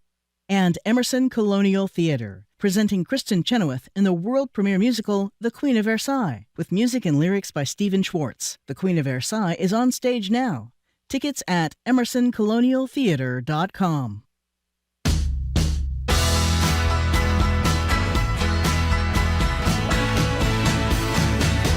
Welcome back to Boston Public Radio. We are broadcasting live from the Boston Public Library and streaming at youtube.com/GBH News. You know, Andrew, I was just thinking how we were talking about the Olympics, and then we had Zeli Mizeek in here. We were all upbeat, and everything was great. Now we've talked to Judge Gertner about how horrible everything is, and now we're going to talk to two more gentlemen about how things are getting more horrible all the time. So it's very upsetting, but their writing is wonderful, and you must read stuff. Stephen Levinsky is with us in person here at the Boston Public Library. Thank you very much for joining us, Stephen. And Daniel Ziblatt is over Zoom. They are two political scientists and professors at Harvard, as well as co-authors of the 2018 book.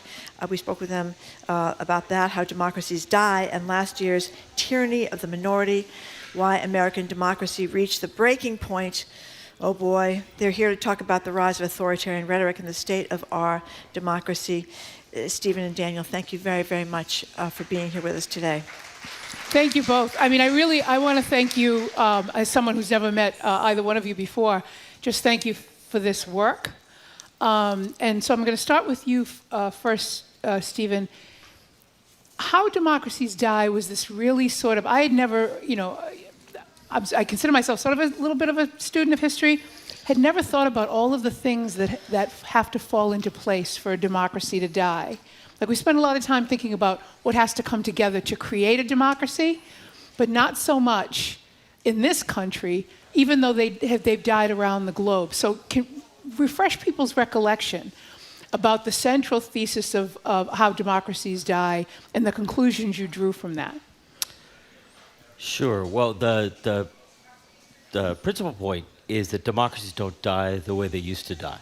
In the 20th century, through most of our modern history, democracies died at the hands of men with guns, generals who seized power and you sent the president into exile or jail or worse, dissolved the Constitution and established a junta. Very quick, clean, very clear. These days, it's much, much more likely that democracy dies at the hands of elected leaders themselves, elected prime ministers and presidents who use the very institutions of democracy to subvert it through laws, through judicial rulings, sometimes through plebiscites or referenda, constitutional reforms. It's often slow, sometimes imperceptible, sometimes debatable whether you're losing your democracy, whether it's slipping away. And very often, democracy breaks down before citizens collectively realize what's happening, and that's what's so dangerous.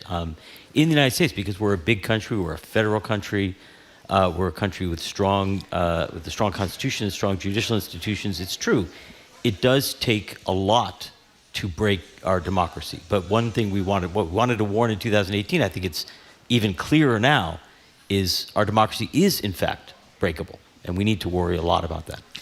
Daniel, when we say our democracy is dying, let's talk some specifics. What do we mean? Well, I think to be clear, I think neither Steve nor I think that our democracy is dying. We have a pretty robust democracy, but I think you're right that it's really important to be clear about the warning signs, because one of the things that's changed in our political rhetoric these days is that both sides accuse each other of being a threat to democracy. So it's really important to be clear about what that means. And so some of the warning signs. Number one, if politicians don't accept the Constitution or don't accept losing elections. This is very clear throughout history. When politicians don't accept losing, this is a sign that democracy is getting into trouble. Number two, if politicians and political parties use violence to try to gain power or use violent rhetoric to try to threaten to gain power, this is clearly a major threat to a democracy. The democracy is premised on the peaceful resolution of problems, and if politicians and political leaders use violence and violent rhetoric, then this is a fundamental threat to democracy. So these are two basic, very simple benchmarks, and I think what's worrying in the United States is that although our democracy is not yet dying, we ultimately in 2021 did have a transfer of power. It ultimately at some level wasn't peaceful. It was very difficult, and we are very vulnerable. So in that sense, I think, when people say one side's democratic, one side's not, I think these are two clear benchmarks that one should have in mind. One of the things that struck me or hit me hardest was the notion that the Constitution itself is a mechanism by which democracy can be sort of usurped. Using the very freedoms that are in the Constitution to turn democracy on its ear. Can you talk about what you mean when you explain that in the book? Well, rules, virtually any rule, whether it's a simple rule in a school classroom or an element of the Constitution, every rule has multiple interpretations. Rules can be enforced to greater and lesser degrees. Rules can be enforced in good faith and in bad faith. Rules can be enforced selectively. So just the mere existence of rules, even really important rules, even really, admired rules like those of our Constitution, just their existence on paper doesn't say very much about how they're actually enforced in practice. One example, a recent one you guys were just talking about, is very few legal scholars imagine that the Supreme Court would rule last month that the president in his or her official actions has almost total immunity. That doesn't seem to be something that we would expect would be part of our constitutional system. It now is. So the way a particular court enforces rules or interprets rules matters a lot. So again, rules are important, but they can be distorted, they can be manipulated, they can be selectively enforced, and they can be interpreted in ways that are helpful for democracy and sometimes antithetical to democracy. Well, Daniel, before we talk about the tyranny of the minority, which I found to be even more frightening because it seems to be happening or has happened in terms of what people want in the United States and what we're getting in the United States. In the Democracy Die book, you talked about,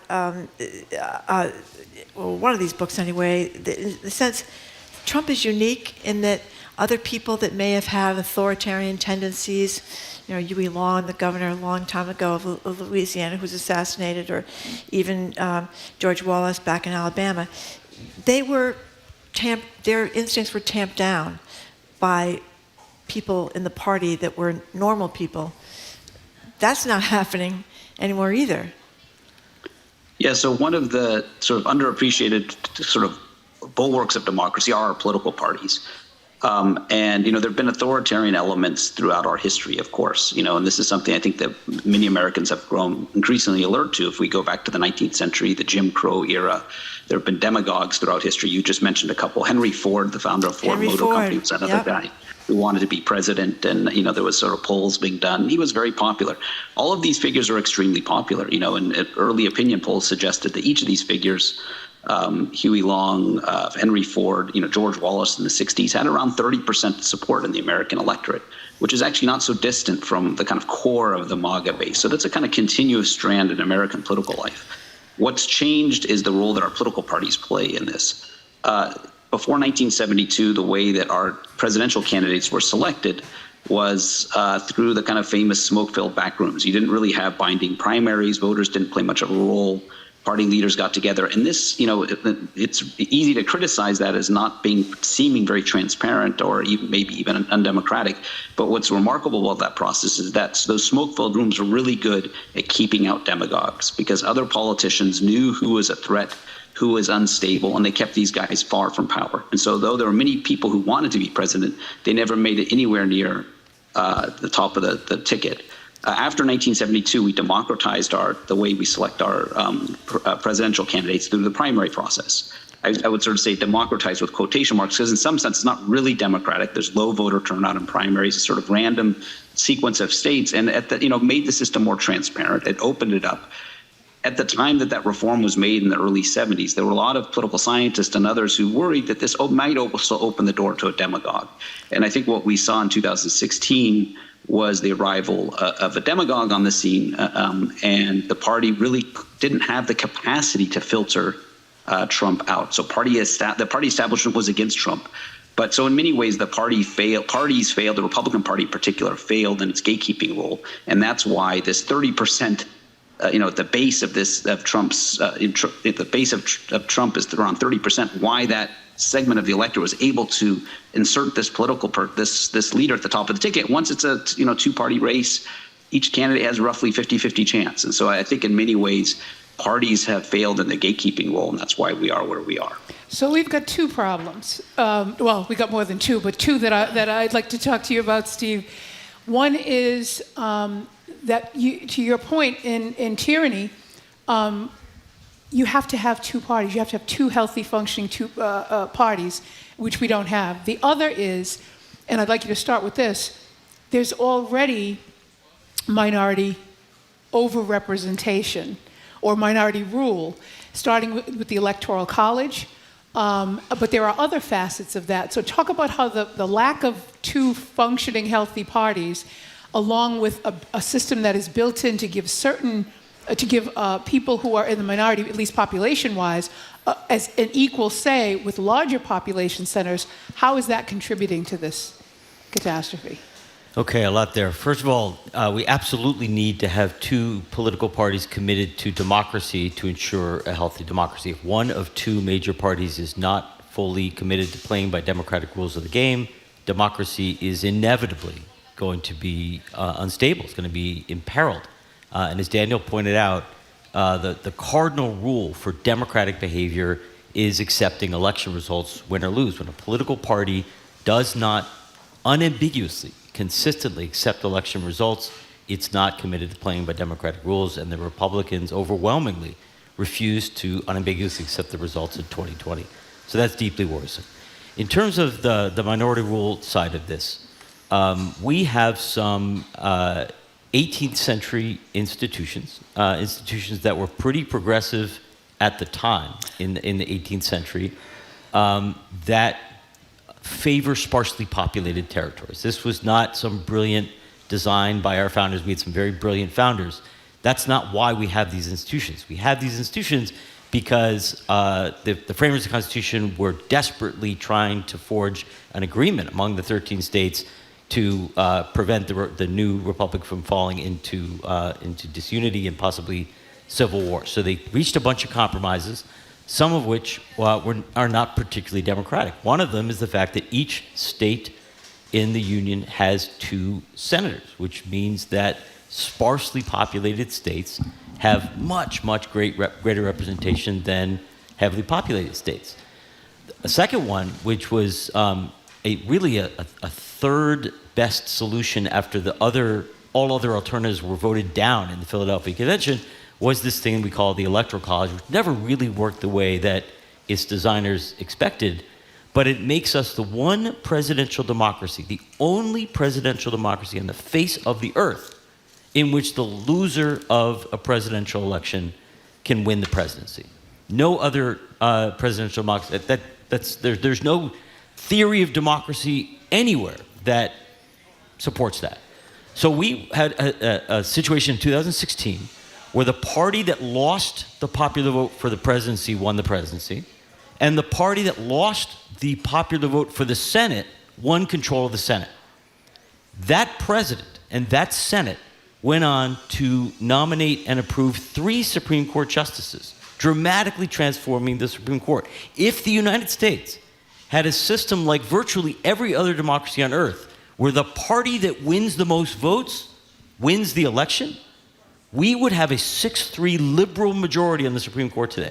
That is how distorted our political institutions are. I want to reintroduce you guys. We're talking to Harvard professors Stephen Levinsky and Daniel Ziblatt, co-authors of the books How Democracies Die and The Tyranny of the Minority. Daniel, I say this constantly because it gets me so upset that when you look at where the Republicans are on most issues, they're not where Americans are. They're not where Americans on gun control, as we saw. They're not with Americans on reproductive rights. They're not with, most Americans want clean air and clean water, and Trump lies about that. He's a climate change denier, healthcare, prescription drugs. You go right down the list. You have looked at other countries, obviously, besides the United States. I often wonder, why are we so passive about these things. You see the French, where the Olympics are now. I mean, they've been protesting nonstop over there. You try to take 15 minutes off their 35-hour week or 40-hour week, whatever it is. They're taking to the streets. People have been going broke for for decades, trying to get prescription drugs and get their health care. We just we're in a neck-and-neck race now with Trump and Kamala Harris. People seem to be okay with this. I don't get it. What makes this different? Yeah, that's a great question. And I think it is really instructive to look at other countries because, we're really not that different in what our publics want than other democracies. I mean, the overall around the world, there's around 20 to 30% of electorates that vote for radical right parties. Overall, in Western Europe, the United States, there's overwhelming majorities who are in favor of exactly a lot of the things, if you look at opinion polls, the things that you talk about.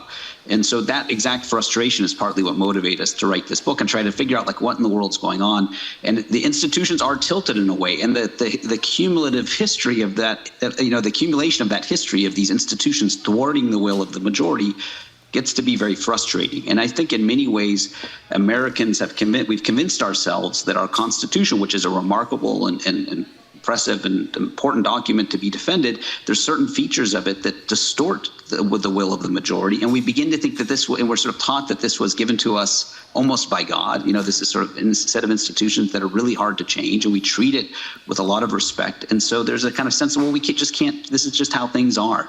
That's one thing. I think a second thing is that it's actually really hard to change our Constitution.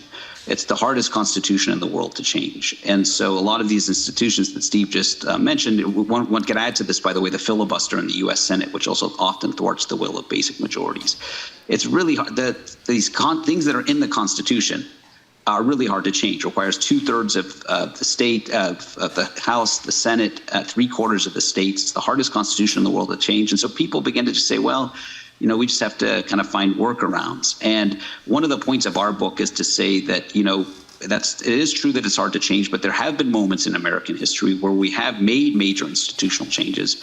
Obviously, after the Civil War, at the beginning of the 20th century, the U.S. Senate was dramatically transformed, that we began to elect senators rather than have them appointed. Women gained the right to vote. These required constitutional amendments. This required lots of social pressure on politicians. And so what we're kind of urging for is people to rediscover this tradition in America of making our Constitution more democratic. Because the things that we like about our Constitution today, many of the things we like about it, the 14th Amendment, the 15th Amendment, are things that came about through hard struggle and pressure on our politicians. And so we need to reawaken this tradition. So I share your frustration. Stephen, what impact has our inability, because at this point I think it's just an absolute inability to agree on what is true. We've lost the ability to agree on what is true. We customize our news feeds, right? We decide what we want to take in and disdain everything else. Misinformation, disinformation, the impact of social media, has that led to or contributed to the passivity that Marjorie's talking about? Do we no longer know how to fight back? There are a lot of factors that have contributed to the passivity that Marjorie was talking about. Daniel, I think, nailed the principal reason. It's also the case that our electoral system, a single-member district system, as opposed to, in the book we call for the United States to adopt a more proportional electoral system. Most of our representatives, the vast majority of our representatives, and many of our senators are sitting on safe seats. They don't face serious electoral contestation. They don't have to worry very much about voters. And what they do worry about is donors, right? They worry a lot about campaign finance, and so they can literally be more responsive to donors than to voters. And that's another reason why there's this huge gap between what voters want and what politicians do. Now, yes, that's been exacerbated by social media. I think we're still beginning to understand the consequences, the impact of social media on people's political views and their political behavior. This is a very recent phenomenon, really just the last decade.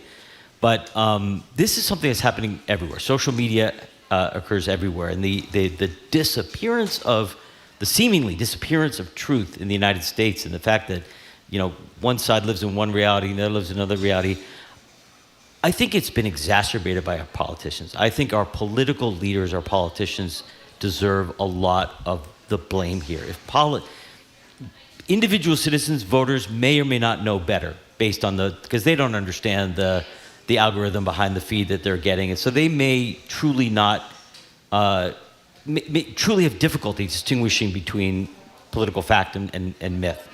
Political leaders know better. They know, for example, that COVID vaccines work, or they know that the 2020 election wasn't stolen. So politicians who get up and reinforce these lies and who tell their supporters, yeah, you're right to have questions about the 2020 election. You're right to have questions about COVID vaccines. That's really irresponsible, and that does a tremendous amount of damage. And there, I think the United States has been worse than other democracies. Politicians are not systematically lying to their voters to the same degree in European democracies and in Canada. Yeah, I think a lot of us in the media are to blame too. I think a lot of people said I love Dana Bash and Jack. I don't know them, Jake Tapper. I think they're good reporters, but I think it was irresponsible to let Donald Trump tell lie after lie after lie after lie. They expected, of course, Joe Biden to contradict him. Obviously, Joe Biden wasn't going to set him straight. I think during the commercial break, it's their job, not his. It's his job, really. That's how they think he's supposed to be. But they're wrong about that. I think, in retrospect, they're wrong about that, and too many reporters politicians get away with lying without correcting them. But anyway, we want to have a little slightly cheerful ending here you have some recommendations at the end of Tyranny and Minority. Daniel, you mentioned getting rid of the filibuster. I think most of us agree getting rid of the Electoral College would be really hard to do. Maybe not. Okay. We came very, very close in 1969, 1970. So we should keep that on the... Get a Democratic majority in the House and the Senate, you can do it. But one of your proposals is weakening the filibuster. Just explain, Daniel, what the filibuster is and why we should get rid of it, and some of your other proposals that you have for fixing this mess we're in. Yeah, so in some sense, there is good news buried in this account, which is that majorities of Americans are really on the right side of most issues. I mean, democracy is about fights over ideas, about public policy, but about these basic questions of democracy, majorities are on the right side. The problem is our institutions are thwarting that. And our institutions are helping radicalize the Republican Party because the Republican Party actually doesn't have to win majorities to win power. So because they don't need to win majorities, they don't need to tamp down on their extremism, and they can still win the presidency with 46% of the vote. So what we propose is a set of institutional reforms to give more voice to majorities in the United States, and to also force the Republican Party to compete on an even playing field. So we have a list in our book of 15 proposals. I won't go through all of them. We already talked about some of them. Some of them do require constitutional reform, and so are long-term projects. But I think it's important, in our day, in our current day, it's often very tempting just to think short-term, to think, and it's good reason to think, like, what should we do before November? Absolutely important. But it's also important to, in the back of our minds, to continue to think long-term and to think about a long-term agenda of making some of these reforms, because the moment may come where there's a majority in favor of these things, and we have to have the ideas ready to go. In terms of the filibuster, that's something that doesn't require a constitutional reform. That's actually it's a relatively recent invention. I mean, sometimes during the debates in the 2022, I think it was, Joe Manchin and Kyrsten Sinema were kind of making, when there was discussion of the filibuster is essentially this rule in the Senate that requires supermajority. That's not just 50% to pass a law. It requires 60%. So what has happened over time, this was not originally in the Constitution, but over the course of the 19th century, this kind of possibility that people would talk, and to break the filibuster, you have to have 60% of the vote. And so in the 1990s up through the present day, it was totally transformed. It's a relatively new innovation where for every bill that comes in front of the Senate, in effect, you need a filibuster-proof majority. So you need a supermajority to pass any law. We're the only democracy in the world that has this kind of rule. It's been totally abused, and it makes our politics dysfunctional. And it's not written anywhere in any constitution. It's not a law. It's just a Senate rule. And so U.S. senators could vote to get rid of this. And so, and I think both Steve and I think that, if Republicans retake the Senate, and if they were to retake, they would probably get rid of this anyway. So I think in some ways the norm of self-restraint that made this rule functional, that people only used it in extreme circumstances, has gone out the window. And I think it's really that there's increasing support, I think, within the Senate that it's necessary to get rid of it. Now, there is this kind of counter argument that, well, what happens if Trump gets elected? Wouldn't it be great for the Democrats to be able to block stuff with if they didn't have a majority in the Senate to be able to block legislation from Trump. And so it is giving up this kind of constraint, but no other democracy in the world has this, and other democracies survive without it. So I think we should trust voters and trust senators to do the right thing, and just simply a 50% rule should apply to all legislation. Go ahead. I was just going to ask if there are some others that are short of a constitutional amendment that you think we should be pursuing. Another set of reforms short of constitutional amendment regard voting rights. Americans are sometimes shocked to know that we are one of the few democracies in the world without a constitutional right to vote. The Constitution was written without enshrining the right to vote in it. We're in favor of a constitutional amendment to enshrine the right to vote, but short of that, there are a whole slew of reforms, many of which came very close to passing 2 years ago had it not been for the filibuster.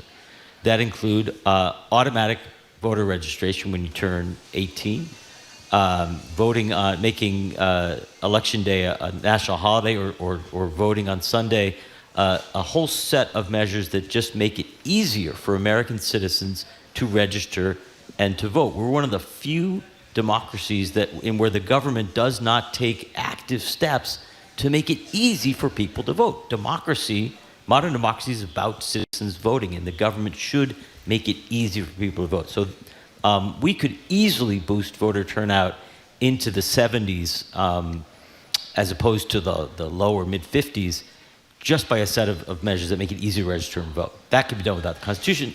Another thing that's debatable as to whether it requires constitutional reforms is term limits for Supreme Court justices. We believe there should be 12 or 18 years on the Supreme Court and you're out. The United States is the only established democracy that does not have either term limits or a mandatory retirement age on the Supreme Court. We're the only democracy that allows our Supreme Court justices to sit on the court for life. That ought to change.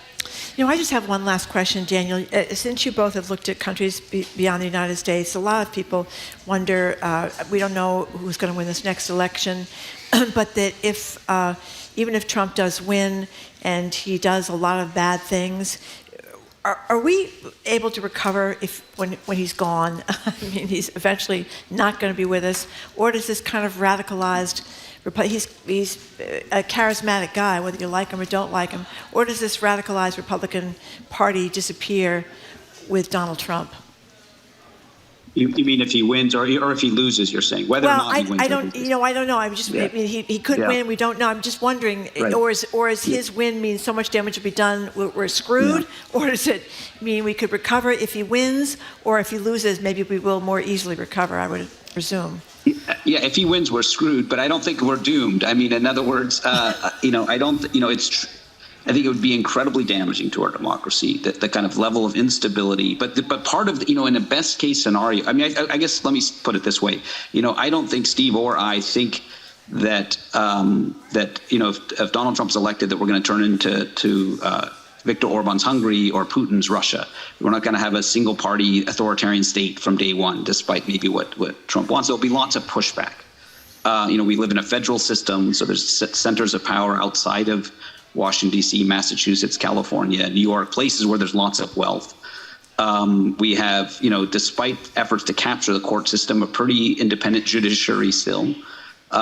We have a robust civil society, robust media structure. So these things are things that make our democracy more resilient than other democracies. But I also am not naive, because I think that there will be, in this pushback, if Trump wins, in his effort to if he tries to implement this stuff in Project 2025, which, I think he'll try to do a lot of this stuff, there'll be lots of pushback. I mean, with lots of pushback, there's going to be people in the streets. And he has said, he would be willing to, Project 2025, and he has said he would be willing to invoke the Insurrection Act to send federal troops. And so there's going to be instability if he wins. And so it's highly destabilizing. This is not a society that any of us want to raise our children in.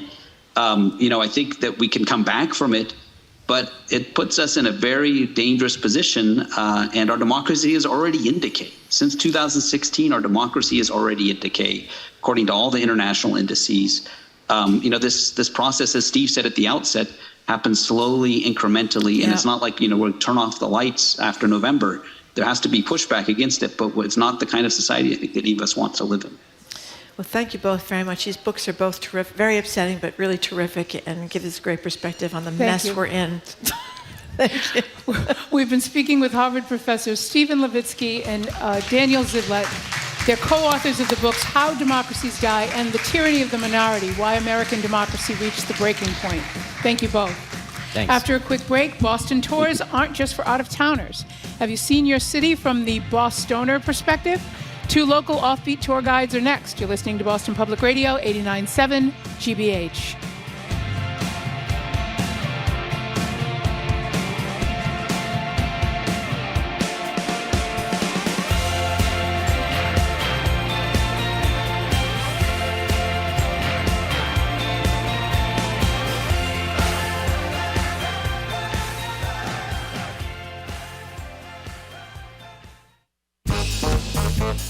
This week on Under the Radar with Callie Crossley, as the Olympics take over Paris, Team USA athletes from Massachusetts hope to bring home the gold. And what does it really take to become an Olympian? A special hour all about this year's Summer Olympic Games. That's Under the Radar with me, Callie Crossley, Sunday night at 6 here on 89.7 GBH and the GBH app. Support for our programs comes from you. And Subaru of New England. You can power your summer adventures in the all-electric, all-wheel drive 2024 Subaru Solterra. You can find your Subaru retailer at SubaruofNewEngland.com. And the University of Massachusetts Amherst, the Commonwealth's flagship public university, proud sponsor of Marketplace with Kai Risdall, weeknights at 6:30 on GBH 89.7. What matters to you? I'm Hannah Loss, BPR producer, and you and I are listening to 89.7 WGBH HD1 Boston, online at gbhnews.org. GBH News with NPR. What matters to you? Okay, Andrew, enough about the mess we're in here. We're going to lighten up this show for the rest of the duration. Welcome back to Boston Public Radio. We are broadcasting from the Boston Public Library and streaming at youtube.com/GBH News. And Andrew Cabral obviously is here for Jim Browdy, who'll be back on Monday. So Boston comes alive in the summer with tourists who flock here for history and sports and food, and there are guided tours for every taste, including, as our next guest tells us, the potheads. We're very glad there are guided tours for the potheads. Here now to talk about Boston's tour guide scene is Jimbo Williamson, a.k.a. the tie-dyed tour guide. He's right there. I think you can recognize him in his tie-dye shirt. Good to be here, Marjorie. Thanks for having me. Thank you very much for coming in. He leads tours around the North End like the Pizza, Beer, and Paul Revere Tour and the Bostoner Cannabis and Cannolis Tour. That's right. That's right. And also here is Frim Jolly, a Boston Duck Tours conductor who has been leading tours on land and sea for 16 years. Thank you both for coming in today. Great to talk to you both. Really glad to be here. Yeah. It's really good to meet both of you. I'm going to start with you, Frim. Most people think about, you come to Boston and you do one of our historic tours, and it's led by someone wearing a tricorn hat and a waistcoat and leggings. In fact, the Globe ran a story a couple of weeks ago about it being over 100 degrees, and people still wearing, because they want to be in costume. For both of you, your tours are, I would say, a little less stringently historically focused. Focused on history, but not so much that you're literally following behind somebody with buckles on their shoes. So you are really a duck tour guide, a duck boat tour guide emeritus. You've been doing the duck boat tours for a very, very long time. Just give us a quick timeline of your tour guide career. As quickly, I know it's 16 years just with duck boats, but give us an idea of what your journey has been here. I started giving tours when I took a year off from college, so it was probably 1986 with the original trolley tours. Oh, wow. Michael Thomas, I applied to be a ticket agent. He said, oh, no, I want you to be a tour guide. I said, are you crazy? I can't drive one of these things. And then, the passion was there. I've always loved this city. It's my favorite city in the world. And I love telling stories. You can ask my fourth grade teacher. And then I just, it didn't seem like a sustainable career. And then I discovered duck tours, and it's a whole different thing. It's wonderful. Well, for people who don't know, what is a duck boat, and what do you do when you take the duck boat tour? Okay, so it's technically a duck, although, it's now called a duck boat. It's a DUKW. Yep. Ours are modern versions of the originals that were invented as amphibious cargo transports in 1942. So it's an hour on land, 20 minutes on the water. So you see a lot of history, a lot of beautiful things, and the water portion on the Charles River is really cool. And there's a lot of quacking. A lot of quacking. I love it. For people that can't see us, I would like to point out that you have a lovely, what would we call that? Purple? Purple. Yeah. Beard. It's quite attractive. Thank you. So what's the pot tour? It's the world's only weed and cannoli tour. Oh, you're the first and original. I believe so. What do you do? We go and check out the North End. We go and grab ourselves a doobie. We pick up a awesome deal with Apex Noir downtown on State Street. Those guys are great. I'm sure you guys know Tito Jackson. Tito Jackson, absolutely. Ran for mayor a few years ago. He's treating me really well. So we start off there. Yep. We grab ourselves a doobie. We make our way into the North End. We check out a ton of history. There's a lot of it, and I'd be remiss not to show it to you. We check out what we can, and then we go enjoy ourselves a smoke. Grab a cannoli from Bova's. Bova's is my favorite place. There's Mike's, there's Modern, but we know it's Bova's. And we get to check out the locals' perspective. My big take on all this, when I travel, I don't want to feel like a tourist. Yeah. And my big goal is that when people come to town, it's just like hanging out with an old friend in a new city. How'd you get into this? Believe it or not, I actually started working at the duck tours. I was the guy on the street. Yep. I was the guy on the street, actually right a block over that way. And believe it or not, I saw Frim pull in. He pulled in, and my job was to clean the ducks and stuff and say hi to people. Hey, where are you guys coming from? He got off, and as he was getting off, he quoted one of my favorite Grateful Dead songs. And he got off, and I was like, oh my God, we're best friends forever? And we have been. It's been over a decade. But from that, I kind of saw this as like a real viable option, just like he did, And I went from there. I wound up working with the Segway tours. You saw the Segways. They were out of the North End for a couple years. Oh my God. Those weird things. Yeah, goofy. You look really nerdy no matter who you were. If you were like, LeBron James, you look ridiculous. Looked like a dork. Did that for a while, a couple years. Then I wound up working with the Boston Pizza Tours. Those guys are great. Guy Martin over there brought me over from the Segway Tours. And at some point I came to him first with my first idea. I was like, hey man, we should do pizza, beer, and Paul Revere. And he said no. He said it wasn't for him, so I got a chance to open up on my own. And I did that right before COVID hit. Oh. It wasn't a great time to open up. Yeah. But we came back right afterwards, about a year later. I branded myself, as you said, the tie-dyed tour guide. And it's been 4 years on my own, and it's been the best 4 years of my life. Good for you. Yeah. So over 16 years for him, how have the duck boat tours changed? In terms of either the tourists that you see, the route, what you're telling people or talking to people about? Wow. So when I started in 2008, we had mostly original Army surplus DUKWs, ducks, and now they're all custom made for us. The ownership has been the same. It was founded by a man named Andy Wilson in 2004, and when he decided to move out, he sold to management and some investors. So the owners are very much a part. They've been there the whole time. There's a lot of consistency. And when they promote to need more management as the company has grown, they promote from within with people who really know what they're doing. Nice. So it's a big change has been that now it's much better in that there's one driver and one conductor, so you can just focus on your guests when you're narrating. We're in character. I didn't wear my costume today, but I'm the good time guru. Good time guru. And where do they go? Well, that depends. So from the Prudential, we go around and go right past you guys, and you probably can't hear us quack. We cannot. Then down towards Beacon Hill, over the hill, through the West End, into the river, and coming. Which is a big moment. I remember going on a duck tour, and the kids get all excited because there's a huge splash, right, when you go into the water. We can't go in certain conditions like lightning. Oh, that's right, yeah. For good reason. Yep. And we don't. And the other day we were told, we had to tell our guests there's no water portion. You can reschedule or get half your money back. And so they decided that a lot of people decided to do it anyway. And I always check, when you're at a certain point, you have to decide is there going to be water or not, because lightning storms move away. So I called our dispatcher, and they said, no, the river's open. And when I said that, there was a cheer. I mean, They're ready. Like a concert cheer. That's very cute. They're ready.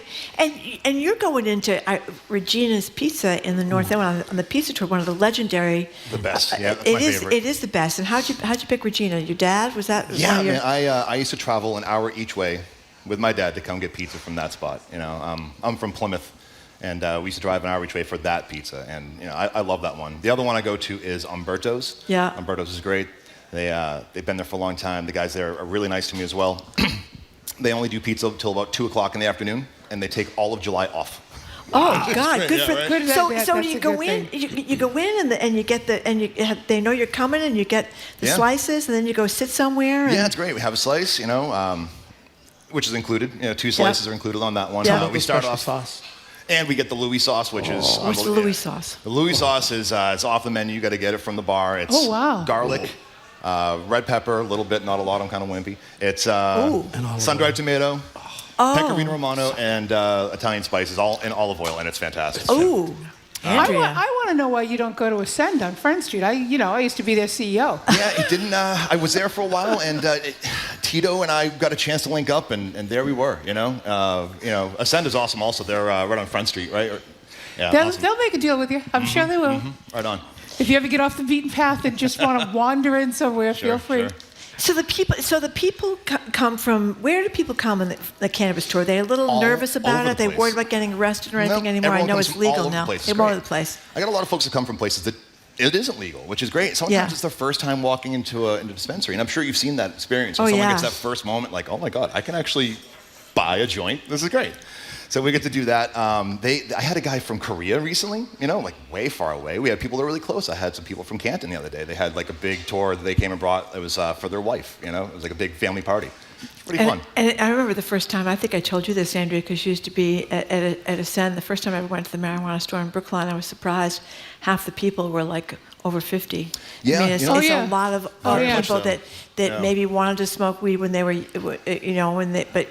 had a stigma about it. And I think that stigma is kind of disappearing. I really hope so. And that's kind of what I'm trying to do in a way. Like I believe that's how we break that stigma, is by making it as normalized as everything else we do. Just as normal as going and grabbing a beer at my other tour. Yeah. It's just the exact same. I used to work at a dispensary, and I saw the same thing. There's people that were coming in from all over, especially older folks, and they wanted to experience it. And like, again, what better than with someone just like myself, Yeah. Is it just flour, or is it edibles? They can get whatever they like. Okay. I always bring a doobie. I have a couple different things. Yeah, you struck me as a traditionalist. Yeah. But most of the folks that go in now, because edibles just sort of work for them. Yep. Because easy to take. Yeah. Tastes good. Yeah, it is funny how at the beginning people were like going in they were so worried they were going to run into the neighbors or run into somebody that was at work. They were like, this going into the store. But now it's kind of seems to be over. Yeah. I think so. It passes. It was, many, many years of stigma. Yeah. And it's passed relatively quickly. So let me ask you a question about the duck tours. When we have all these championships, we just had one here, of course, with the Celtics, and it was great. We saw them go by. It was so exciting. But do you get to ride, or do they have the regular duck tour drivers and people that we wouldn't be really giving a tour with the Celtics or the Patriots or something like that? But how does that work? There is a two-person crew, so someone who has to be, you have to have a commercial driver's license, Class B, to drive, but you need someone in case, hypothetically, Julian Edelman decides to climb on the roof. Right. Okay. And you can't stop driving. So it's a really fair amount. It goes by seniority, but also how many parades you've done. Mm-hmm. So I've done 3, and when the Celtics win again next year, I won't be on the list, which is fair. Someone else should get the tour. Okay, that must be a blast. It's great. Yeah. It's great. It's the first one's very tense because the police officers are right next to you. I mean, you have to pay a great deal of attention. Yeah. Mm-hmm. Yeah. And also photographers. And you don't know what's going to happen in the crowd. You don't know what they're going to do. The crowd actually they were well behaved for the Celtics. Really well behaved. Yeah. Oh my God, they were 10 deep either side of Boylston Street, right? It was maybe so 20 loud. deep. The coolest thing to me about a parade is when you go by the King's Chapel, they ring the bell. Oh. So we're the only city in the world that celebrates a championship by ringing Paul Revere's bell. He said it was the sweetest sounding bell he ever made. That's nice. And in this last parade, the crowd was so loud I could barely hear the bell. Really? Yeah. People are so excited about the Celtics. So what's the one thing that's the high point for you? No pun intended, or maybe pun intended. Fully intended. Of what you do. Getting to share our city. Yeah. It's a beautiful city. And there's so much to share. And the history is so tangible. And you kind of forget it when you're here all the time. I mean, we're all from the area more or less. And and this is just something I've experienced my whole life. But when you have someone from like Boise, Idaho, they've never seen anything like this. We start walking around in these alleyways that are from the 1600s, buildings from the 1700s and 1800s. Tombstones that say 1630. That's right. What? Yeah. Really? One of my favorite parts is we go to the Copley burial ground, and that's been there since 1659. And there's so many neat tombstones inside of there, and my favorite ones inside there actually. But yeah, it's like Fred was saying, anyone that does this work loves our city. It's a prerequisite, and that I get to also be a storyteller and share all of that with these folks is awesome. Do you have a favorite thing, Fred? Favorite thing about what you do? See people just like when I can say something that makes them go, wow. Yeah. And seeing that a lot of people get off the tour and say, wow, this is the best thing I've done. Oh, yep. And they're so different. If you want a really personal tour, go with Jimbo. Duck tours are wonderful. You're with us for an hour, 20 minutes, just us. The trolleys are great. You can get on and off. And the guys with the tri-corner hats, they are awesome. No, they do yeoman's work. my God. I was not in any way And like it's mocking them. I know, but the diversity I have a friend. of A friend almost made it today. Jeremiah Poop. That's his name. Jeremiah That's his Poop. actual name? That's his real name. You've seen Is this his real name? Yep. Anytime you see any like media that has like pictures of like a tour guide for the tri-corner He's cat, the guy? he's the guy. Big red beard. He is phenomenal at what he does, and I love seeing him do it too. Yeah. I'm marveling that he made it through school. Well, you guys have got very fun jobs, and thank you for Best job coming in in the and world. giving Thanks us a sense of what you do Pleasure. out there. It was a Thank you pleasure. very Thank you much. You're welcome. We've been talking with Jimbo Williamson, a.k.a. the tie-dyed tour guide, and duck door conductor, Frim Jolly. Go to Tie-Dyed Tour Guide for more info on Jimbo, or the BostonDuckTours.com. I should have said TieDyedTourGuide.com for more info on Jimbo, and the BostonDuckTours.com for info on Frim. Up next, we'll preview the Taste of Ethnic Boston Festival, Boston's first and only multicultural food fest designed to highlight just how culturally diverse this city really is. Don't go away. You're listening to Boston Public Radio, 89.7 GBH.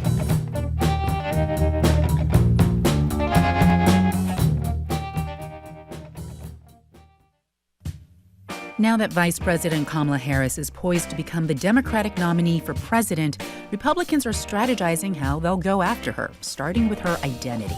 I think she was a DEI hire, and I think that that's what we're seeing, and I just don't think that they have anybody else. I just think that they're in real disarray.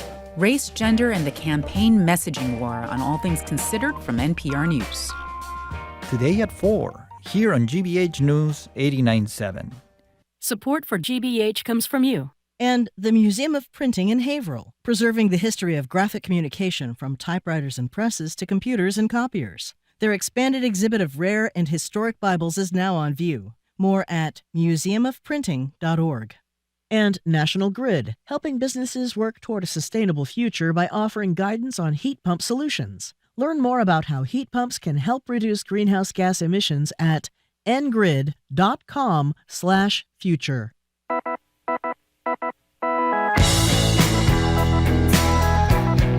Welcome back to Boston Public Radio. We are broadcasting live from the Boston Public Library and streaming at youtube.com. Thank you /GBH News. Andrew Cabral in for Jim Browdy. Okay, next Tuesday, July 30th at Big Night Live near North Station. It is the Taste of Ethnic Boston Food Festival. Tickets get you access to food and drink from dozens of incredible local restaurants led by men and women of color. With us at the interview desk today, Colette Phillips, President and CEO of Colette Phillips Communications, founder and president of the GK Fund and Get Connected. She's also, we should say, the founder of this event, Taste of Ethnic Boston. And two restaurant owners are with us today. We're going to speak with Yini Bach. She leads the Vietnamese sandwich shop Bon I hope I'm going to get this right. Banh Mi Oi? Yeah, that's Oh, okay, Banh Mi. I've been practicing, but I tend to goof these things up. So Banh Mi Oi, with locations in West Roxbury, Foxborough, and Waltham. And Rob Eugene, who operates a Jamaica Plain Ethiopian restaurant, Blue Nile. And we have wonderful, I'm so excited. I didn't eat my lunch today waiting for this to come. I don't know if we can see any of this on the camera. You probably not. The computer's blocking it. Beautiful. But it is absolutely gorgeous. So we're going to hear all about what's going on, and we're going to have some great food to eat. Well, actually, I was just going to say, and Marjorie is going to be doing your interview because I'm going to hunt up some utensils and just sit here and eat this food while the interview goes on. But I guess I'm not supposed to do that. So this is the 10th annual Taste of Ethnic Boston Festival, which is pretty amazing. So Colette, I'm going to start with you. Talk first about Get Connected, and then talk about the partnerships, and then go into the festival. Yes. 16 years ago, I created a networking, cross-cultural networking organization called Get Connected, because I found that Boston, as we know, is a very tribal city. Yep. And we have had people don't tend to interact with each other. And I got tired of walking into rooms and not seeing people who look like this room. And so rather than complain, I decided, find the solution, be the change you want to be. So we created this great networking group, and 16 years, for the last 5 years, we have been named by Boston Magazine as the best cross-cultural networking organization in the city, so that's great. And then again, the purpose of Get Connected is to elevate, amplify, and showcase the contributions that people of diverse culture make to our community, and to take the I can't find any people out of people's language. So we started doing these wonderful lists by industry of the most influential people in those industry of color, and honoring also white allies, people who put themselves out to be anti-racist and against anti-Semitism. So 10 years ago, I noticed that, again, I didn't see a lot of our wonderful neighborhood culinary restaurants in big glossy newspapers or Boston Magazine. And I thought, there are so many really good restaurants. And I guess being an immigrant myself, I think the way in which we learn about people's culture from, we saw that with Anthony Bourdain and Parts Unknown, it's through food. Right. And so I thought, what if I were to invite restaurants in the neighborhoods and chefs to have an event where people could come and experience those restaurants, and then go into Jamaica Plain, go into West Roxbury, go into Southie, Roxbury, Dorchester, and experience those restaurants. So now it's grown tremendously. Shout out to Ed Kane from Big Night and his team, and Meet Boston, Martha Sheridan, who have embraced this, and Boston Beer Company, Sam Adams. They see this as an opportunity to engage, celebrate the city's rich diversity, and amplify and elevate people like our two guests here today. Okay, so if people show up on the 30th at Big Night Live near North Station, Beanie, what are they gonna see? What's gonna happen? What's gonna be there? Well, they're going to see over 35 to 40 different restaurants and people who are in the food and beverage industry, but are very culturally diverse.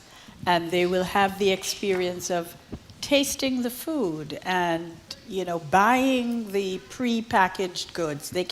We are not selling the food, you get to experience it, and then you get to go to the restaurant and really experience the food. So it's a wonderful time for families, for people who are curious about others' culture.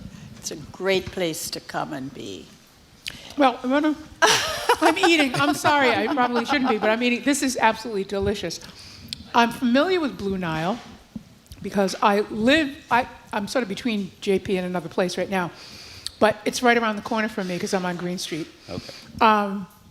So I know exactly where the restaurant is. And when I was working with Ascend, I used to see the truck for banh mi oi all the time, and at first I wasn't sure what it was, and then I started reading about it.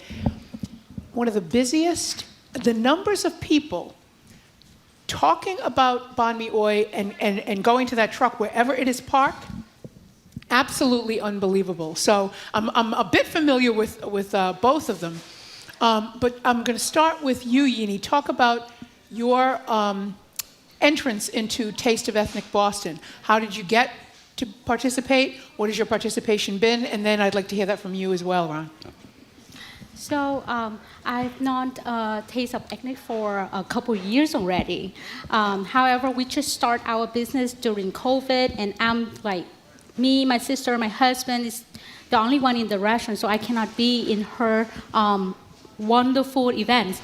This is our first year, and I would love to be in that. I know there's a lot of connections and a lot of networking as well for me, as well as introduce our food closer to the public. As well, I read about the event is a wonderful event that, like she say, be the one you want to be. So that is why I want to be in her event as well. Yes, again, my name is Rob Eugene, representing Blue Nile. My wife and I acquired Blue Nile just in March, actually. So this is going to be our first time participating in the Taste of Ethnic Boston. Colette and I became acquainted at my other restaurant, Hugh Boston, which is located just around the corner. And once you told me about the opportunity, I was excited to take part and showcase our food and meet everyone else. So, Robbie Jean, if we go to Jamaica Plain Ethiopian restaurant, Blue Nile, what are we going to get? What are we going to see? You are going to find yourself in a very quaint, cozy space. It's about the size of a cafe. We've got a great patio outside. Nice. You'll have authentic Ethiopian food. What is Ethiopian food? Yeah, what did you just describe what you brought us? Yes, so I brought you one of our dishes is the veggie platter for six, of six, I should say. So you've got a combination of lentils, cabbage, collard greens, some mixed vegetables, and some chickpeas. And injera, which you're holding in your hand. This is the softest, softest. Yeah, so it's made from grain. I don't know if people can see that. Can they see that? See, that's a bread thing. Yeah, it's made from a grain called teff, which is found in Ethiopia. It's about 15% whole wheat added to that to make it a little bit more palatable. So traditionally in Ethiopia, food is eaten by hand. Yeah, stick it in. Stick the bread in there, right? You take a piece. Yeah. And you use that to basically soak up whatever stew or vegetable you'd like to pick up and eat it like that. Okay, Andrea is rudely eating on camera. I'm restraining myself. But while she's eating, let me ask you, Yini, what is? Tell us about your sandwich shop. What do people get at Banh Mi Oi? So we are having banh mi with this Vietnamese sandwich. It's kind of like a French baguette, but it's a Vietnamese style of French baguette with this crispy outside, soft inside. In that we have aioli, pickled veggies, cucumber, and your choice of protein. So we have a lot of options for you. We have the meat, or one of the best seller is the Nashville hot chicken, which is really good. So besides of the banh mi, we still have vermicelli bowl, rice bowl, or the pho noodle soup when the winter comes too. Yeah, Vietnamese food has taken off in a big way, I think. People really love it. You know what I was going to ask you about, Colette? We talk a lot about the liquor license issue. I think it is absolutely insane that in Boston, you have to get permission from the state legislature, and in honor of Jim, who's not here, that takes 5 months off of the year to get permission to get these liquor licenses. And there's been a real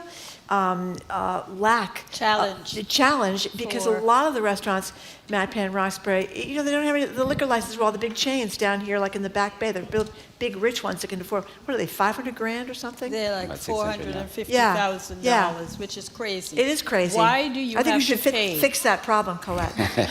I will. Why do you have to pay to get a license? Yeah, $450,000. What you're doing when you become a licensed, from what I understand, from only 7 people of color have liquor license in the 7. city of Boston. 7. Out of 2,000. 7. And in a city of over 500,000 people. How is that possible? And what happens is you can get a license for your establishment, but if you move from that space, you don't get to take the license with you. So a lot of the people of color who now own license have had to buy their license from the owners of the previous establishment that they're moving into. So I know at least 2 people who have bought their license for $450,000. Yeah, it's just ridiculous. You go. I just want to say that because I've been concentrating on eating, I just snuck a piece of the beef out of my sandwich because I couldn't bite the whole. Beautifully seasoned, it's absolutely delicious. So I just wanted to say that. But I also wanted to list, just so that people get an idea of the diversity of this. Yes. This is the kind of food that you can expect to be able to sample. Cape Verdean, Ethiopian, Nigerian, Chinese, Japanese, Thai, Vietnamese, Caribbean fusion, Dominican, Indian, Middle Eastern, Afghani, and Southern soul food. Some of the restaurants featured this year are returning favorites that people have been going to for the last 10 years, like Merengue, Grace by Nia, Foley, Cesaria, and Zaz. But they also have newer restaurants like Love Art Sushi, Park 54, Blue Nile, and Zuko. So, and Banh Mi Oi. It's really worth your time. And I also, before we leave, because we only have a couple of minutes, there's a charitable giving element to this. So can you tell people about that and who's the beneficiary this year? The beneficiary, every year we choose a nonprofit, and this year we are going to support the GK Fund, which is the Get Connected Fund, a 501c3 that makes micro grants of $10,000 to BIPOC-owned companies to help them grow. It's no strings attached. We don't ask for a piece of your business. As long as you present a good presentation and our committee reviews it and recommend. So a portion of the proceeds of the tickets will go. And I want for everybody in here, if you are looking for tickets or you're listening, just go and put GK20 and you'll get 20% off your ticket price for Tuesday. From what time to what time on Tuesday? From 6 p.m. to 9 p.m. Okay, and people get more information. Go on to www.getconnected with a K and go to the event section and you'll see how to buy tickets. Do you take walk-ins? We take walk-ins. Okay, so people can show up between 6 and 9 and come down to the Taste of Ethnic Boston Festival.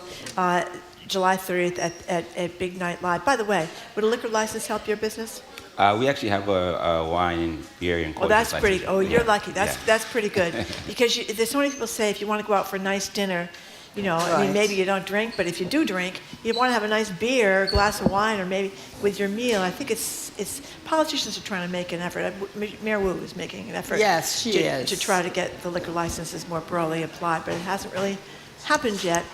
Because the legislature is the least effective legislature in the entire United States of America. Don't forget, it's GK20 for 20% off the ticket price for this absolutely marvelous festival. Thank you so much for coming in. Thank you so much for bringing me lunch. And thank you for the food. Yeah, yes. absolutely. Enjoy. Thank you. Thank you very much. We have been speaking with, I'm sorry, I just kind of lost my place here. Hold on, hang on. Colette Phillips. Colette Phillips. Okay. I just wanted to make sure I get all of her titles in. Colette Phillips, President and CEO of Colette Phillips Communications, founder and president of the GK Fund and Get Connected. She's also the founder of this year's and the last several years Taste of Ethnic Boston Food Festival. It's next Tuesday, July 30th at Big Night Live. Thanks to Yini Bach from Banh Mi Oi and Rob Eugene from the Blue Nile. Good luck to both of you. For more information and to book tickets for Taste of Ethnic Boston, go to getconnected.com. That's connected with a K. Under the events tab, you'll find everything you need. Up next, we'll continue this conversation by bringing you in at 877-301-8970. We'll talk about eating outside of your comfort zone and the and the transportive nature of food to bring us closer to other cultures and experiences. That's next. You're listening to Boston Public Radio, 89.7 GBH.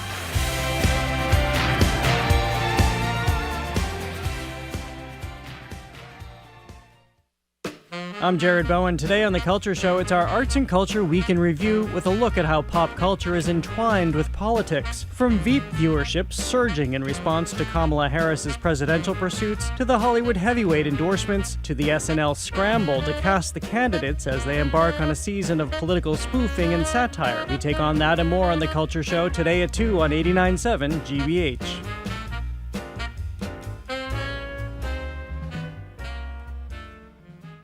Funding for our programs comes from you. And ISS National, the International Space Station Research and Development Conference, takes place in Boston July 29th to August 1st. Attendees can hear firsthand from innovators and expand their network. Registration at issconference.org. And Comcast Business, committed to providing connectivity for your business with network and cybersecurity solutions. Comcast Business, powering possibilities. Restrictions apply. To learn more, you can call or visit comcastbusiness.com.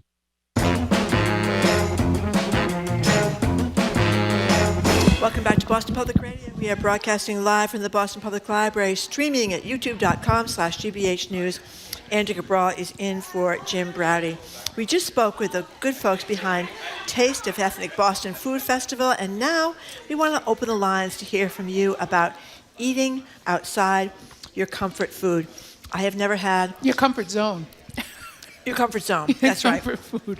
It's 877. Oh, of course, could be outside your comfort food, too, because I have comfort foods that I eat all the time, like peanut butter and banana sandwiches. It's pretty dull. Anyway, the number is 877-301-8970 to call or text. For listeners who hear us quite frequently, you may know that Jim Browdy spends his life going to different restaurants. He loves to eat out. He loves to try different food. He's a gourmand.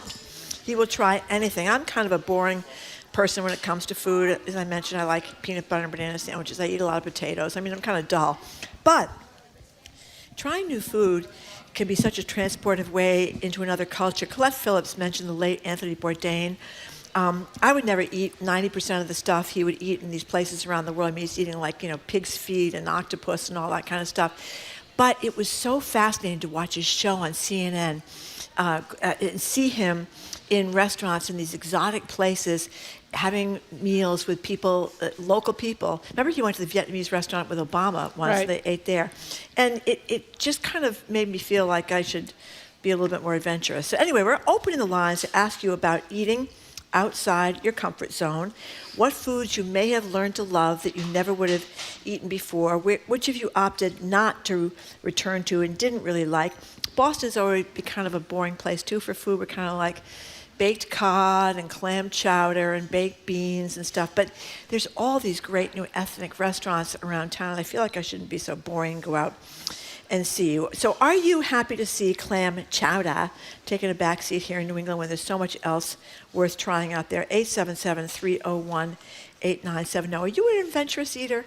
Sometimes. It sort of depends. I tend to have the blandest, I think, within my family. I have family members that really like spicy things, hot things, really well-seasoned things. I tend to be a little less so. Yeah. But probably more adventurous in terms of different kinds of food. For me, it's sort of like the level of spice. There's an article written by a woman named Sophia Reese in Temple News, and she talks about expanding the way she has expanded her palate, and that really is, kind of what it is not being afraid to try new things. She kind of takes it a step further. It's not just for her about the food, that's part of it, but she makes it a point to ask, when she goes to different places, she'll ask the people who prepare the food about the food itself, about its background. She takes the opportunity to eat with people at new places so she can have conversations with them about what they like about the food. And as I'm reading through all of this, I'm realizing that the show today has a complete theme. With our music. That's right. We talked about the fusion of cultures and experiencing the music from different cultures. Looking to make friends and establish lasting relationships with people that we don't know, to learn about more about the world. We had tour guides that tour people from all over and teach them about Boston. And now at the end of the show, we're talking about how we expand our worlds through food. Yep. So it's really a very good thing. The middle of the show, we talked about America going down the drain. That was what we talked about. we took a brief intermission so that we could go back to the doom and the gloom, and then we bounced right back. But that's the point of the call-in segment: is are you gastronomically adventurous? Do you see it as a portal to learning about sort of other cultures beyond the satisfaction you get from trying new foods? Or are you more like Dorothy from The Wizard of Oz and inclined to venture no further than your own backyard when it comes to food? I know. I feel like a very boring person. But, when you eat this food, this Ethiopian food, this vegetable plate, it's absolutely unbelievable. So how are you? Are you happy that we have this plethora of options now around here that we're not so boring as we used to be in Boston? And where have you been adventurous? Timothy in the car, thank you for calling. Yes, hi. I have two quick comments. Sure. I just got back from Paris, France. Wow. I took my kids and my grandchildren, so both daughters, their spouses, and 4 grandkids, and I taught them to eat snails, and they never thought they would do that, and it was so delicious. They were reluctant at first, and then when they tasted the snails as a vehicle for butter and garlic and greens, they loved it. So that's one quick comment. A second one is that my brother Thomas Averill wrote a book called Secrets of the Chill Cafe, which was based on a family that only cooked pre-Columbian food. That is food that was available before Columbus came to America. And we cook from that book all the time. It's a novel with recipes. And I can't applaud you more, because with all the travel we do with students in my school, we try to teach people to learn to understand other forms of gastronomic expression. So I'm so happy you did this. I will sign off. If you want to comment, great. If you have a question, I'd answer. Well, I think that was a great call, Timothy. It really was. Yeah, and I'm impressed with what you did with the kids. Thank you very much for the call. That's kind of amazing. I wonder how extensive that recipe catalog is, if it's food that was before, it was pre-Columbus. He said pre-Columbus, right? I think so. Yeah, that's kind of amazing. Here's a text. We took our grandson from Tennessee to Union Oyster House for his first raw oyster. It was hilarious. The reaction is going on our holiday card. That's pretty. Do you eat oysters? I have eaten oysters. I can imagine, though, that for a little kid, who maybe has not ever seen one before. Yeah. Both the sensory experience was probably kind of wild for him because they're kind of very slippery. They're very slippery. Yeah. They're very slippery. How about you used to eat steamers when you were a kid? Oh, steamers, caw hogs. I'm from Rhode Island. Yeah. Steamers, caw hogs, and then Rhode Island clam cakes, of course. But. And then I don't know because there was a lot of Portuguese food where I grew up. Chorizo and linguiça, the pizzas made. My God, we used to have chorizo and linguiça. Well, thank you for we pronounced it chorizo, but thank you for calling it chorizo. They call it chorizo because it's spelled that way. Yeah, I know. But no, linguiça and eggs. And I don't actually eat eggs, but linguiça and eggs is terrific. Okay, let's go to Pedro from Brockton. Thank you for calling. Hi, Pedro. Hey, how you doing? Great. Thank you for calling. Hey, we got the Puerto Rican festival this weekend. We got rice and beans and pork chop and all the different kind of cuisine from Puerto Rico. Okay, this is a Puerto Rican food festival this weekend? Yeah, in Boston, yep. Yeah, but it happened this weekend on Franklin Park. Okay, so is there a website, or how do people find out more about it? The Puerto Rican Festival, NAA.org. What is it? Did you hear what he said? No, but if you just Google Puerto Rican Festival Boston, or even go to the City of Boston's website, you'll probably... We have it. We have our crack staff just told us it's a Franklin Park. Is that right, Pedro? Yeah, that's right. This Saturday. Okay. Well, that's a beautiful place to go for Franklin Park with the family because they get great stuff going on at Franklin So Park. you can go to Puerto Rican Festival of MA.org if you want more information. And the food is unbelievable. You know, I remember when I went to visit one of my kids in New York, and they were taking me for Korean barbecue. I about had a nervous breakdown because I thought, Korean barbecue, what is that? And then, of course, I went. It's delicious. It is. It's absolutely delicious. New York is they've long been very cosmopolitan about that, but we are finally catching on. Michelle from East Providence, that's your hometown there. Where in East Providence are you? Riverside area. Oh, well, I grew up, there's Riverside, Rumford, and then in East Providence. I was right in the middle. Yep.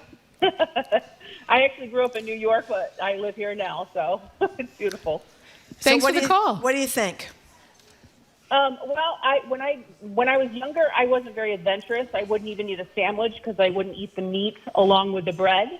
But when I moved out when I was 19, I had a 5-bedroom apartment, so 4 different roommates besides myself. And one was from Mexico, one had a Greek background, and I decided I was going to try everything. And now I love everything. I'm such a foodie. That's great. Well, now do you cook or do you just eat?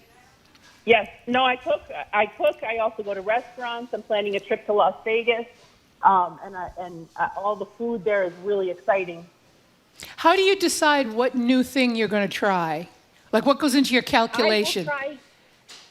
I will try anything. I love fusion. Like, for example, a restaurant that I'm planning on going there has Korean and Latin American fusion together. So I like it when they mix things together. But basically, anytime they have anything different than what I tasted, I will definitely try it.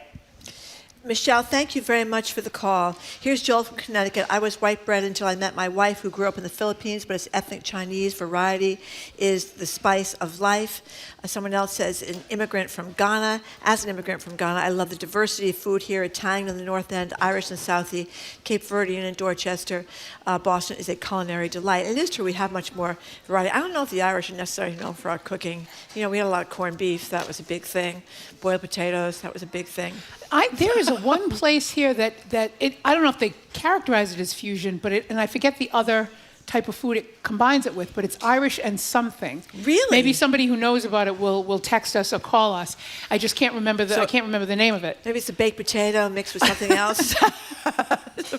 But it has been an explosion. I have noticed, just within the last maybe 5 or more years, just how many different types of restaurants have been cropping up, and smaller places. Yeah. It's not like the big giant walk-in, restaurant anymore. These are smaller places. And I think pop-ups help that. The fact that you have pop-up spots and food trucks help that. Food trucks, that's they go right. From, people go from food trucks to an actual sit-down spot. And I think all of that has been a great launching pad. One of the texters is reminding us there's something great apparently up in Lowell, the Lowell Folk Festival for great food and music. Thank you very much for that text. Alex from Dorchester. Hi, Alex. Hi, everybody. How are we doing? Excellent. Thank you for calling. My pleasure. Like your previous caller, I'm originally from New York, and I was a very adventurous eater. But the strangest things that I've encountered lately are mid-century American food, like the 30s, 40s, and 50s. There's a great Boston-based blogger named Mina Murray, and I think she's just minamurray.com, and she cooks all sorts of wild stuff from the 30s, 40s, and 50s. Like what? What was the food of the 30s, 40s, and 50s?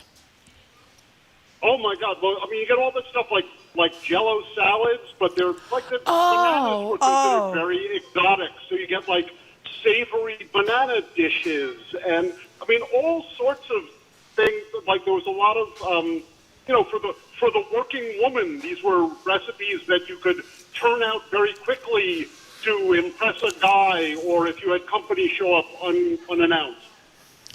I don't know if a Jello salad would be my first go-to. I do remember those, though. Yeah, but how about the ones with the little marshmallows inside them? You know what I mean? Yeah. They kind of jiggled around the plate. There's another one. Remember the tuna casserole? That used to be big in the 50s and 60s. Yeah, my mother I don't think she ever made a tuna casserole. Well, that was good. That was good. You had a mother who could cook. Tragically, but I like this idea, what Alex is talking about. I like this idea of sort of era foods. Yeah. Right? It's for food from a particular era. and fully exploring that, because we move on from era to era so quickly, you do forget. Like I started rewatching Mad Men for a bunch of different reasons recently. I love and that the Jello series. salads are there, Jell-O and the salad. casseroles, and everything that they used to put out in the 50s and the 60s. Yeah. Yeah, it's right there. Yeah, sometimes you don't move on, though. You know what I mean, Andrew? Sometimes you're eating the same Jell-O salad in 2024. That's not good. Family That's not get great. together.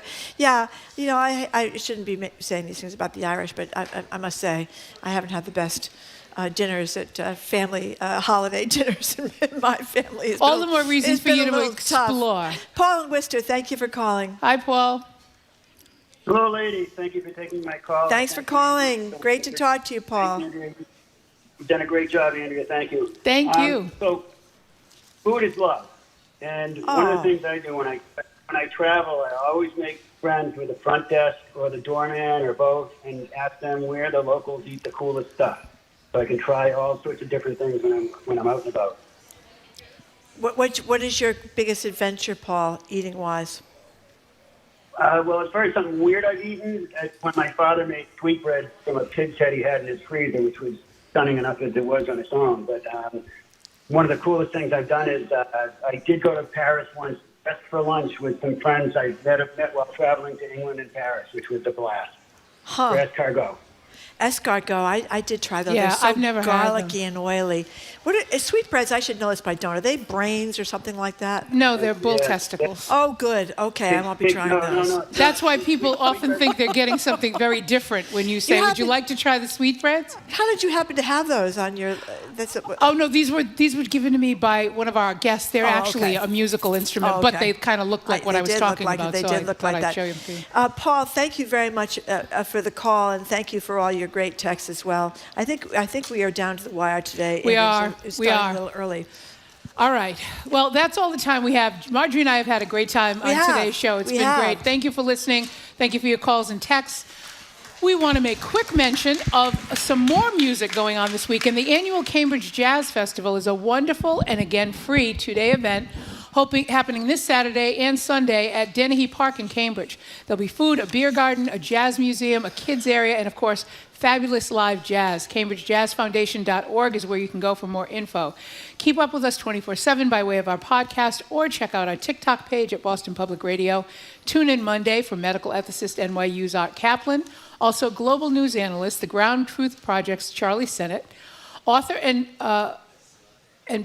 Ben Shattuck, whose latest book, is The History of Sound, is being turned into a Hollywood drama starring one of the guys from Marjorie's favorite movie of the year, Challengers. Also, Actually, I haven't seen that. That's an inside joke from Jared, always making fun of me talking about the movie Challengers. That's about those good-looking tennis stars. Oh, okay. Yeah. Because I didn't get it at all. Yeah. Also, Embrace Boston's Amari Paris Jeffries and the filmmakers behind Nova's latest series, Sea Change, about the rapidly warming waters in the Gulf of Maine, warming faster there than 97% of the rest of the world. Our wonderful crew, and I just want to thank them for putting up with me this week, is Zoe Matthews, Aidan Connolly, Nicole Garcia, and Hannah Loss. Our engineer is John the Claw Parker. Our executive producer is Jamie Bologna, and additional support came from Ariana Gonzalez. Special thanks to our BPL staff, Maddie Geyer, Bill Francis, Juan Jose Cadena, Sandra Lopez-Burke, and Amanda Francis, as well as our hosts at the Newsfeed Cafe.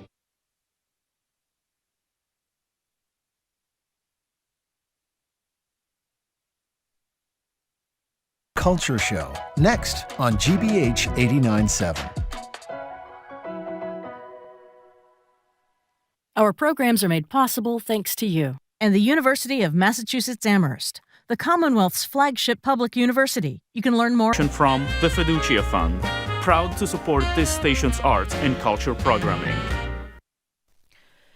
Live from NPR News in Washington, I'm Lakshmi Singh.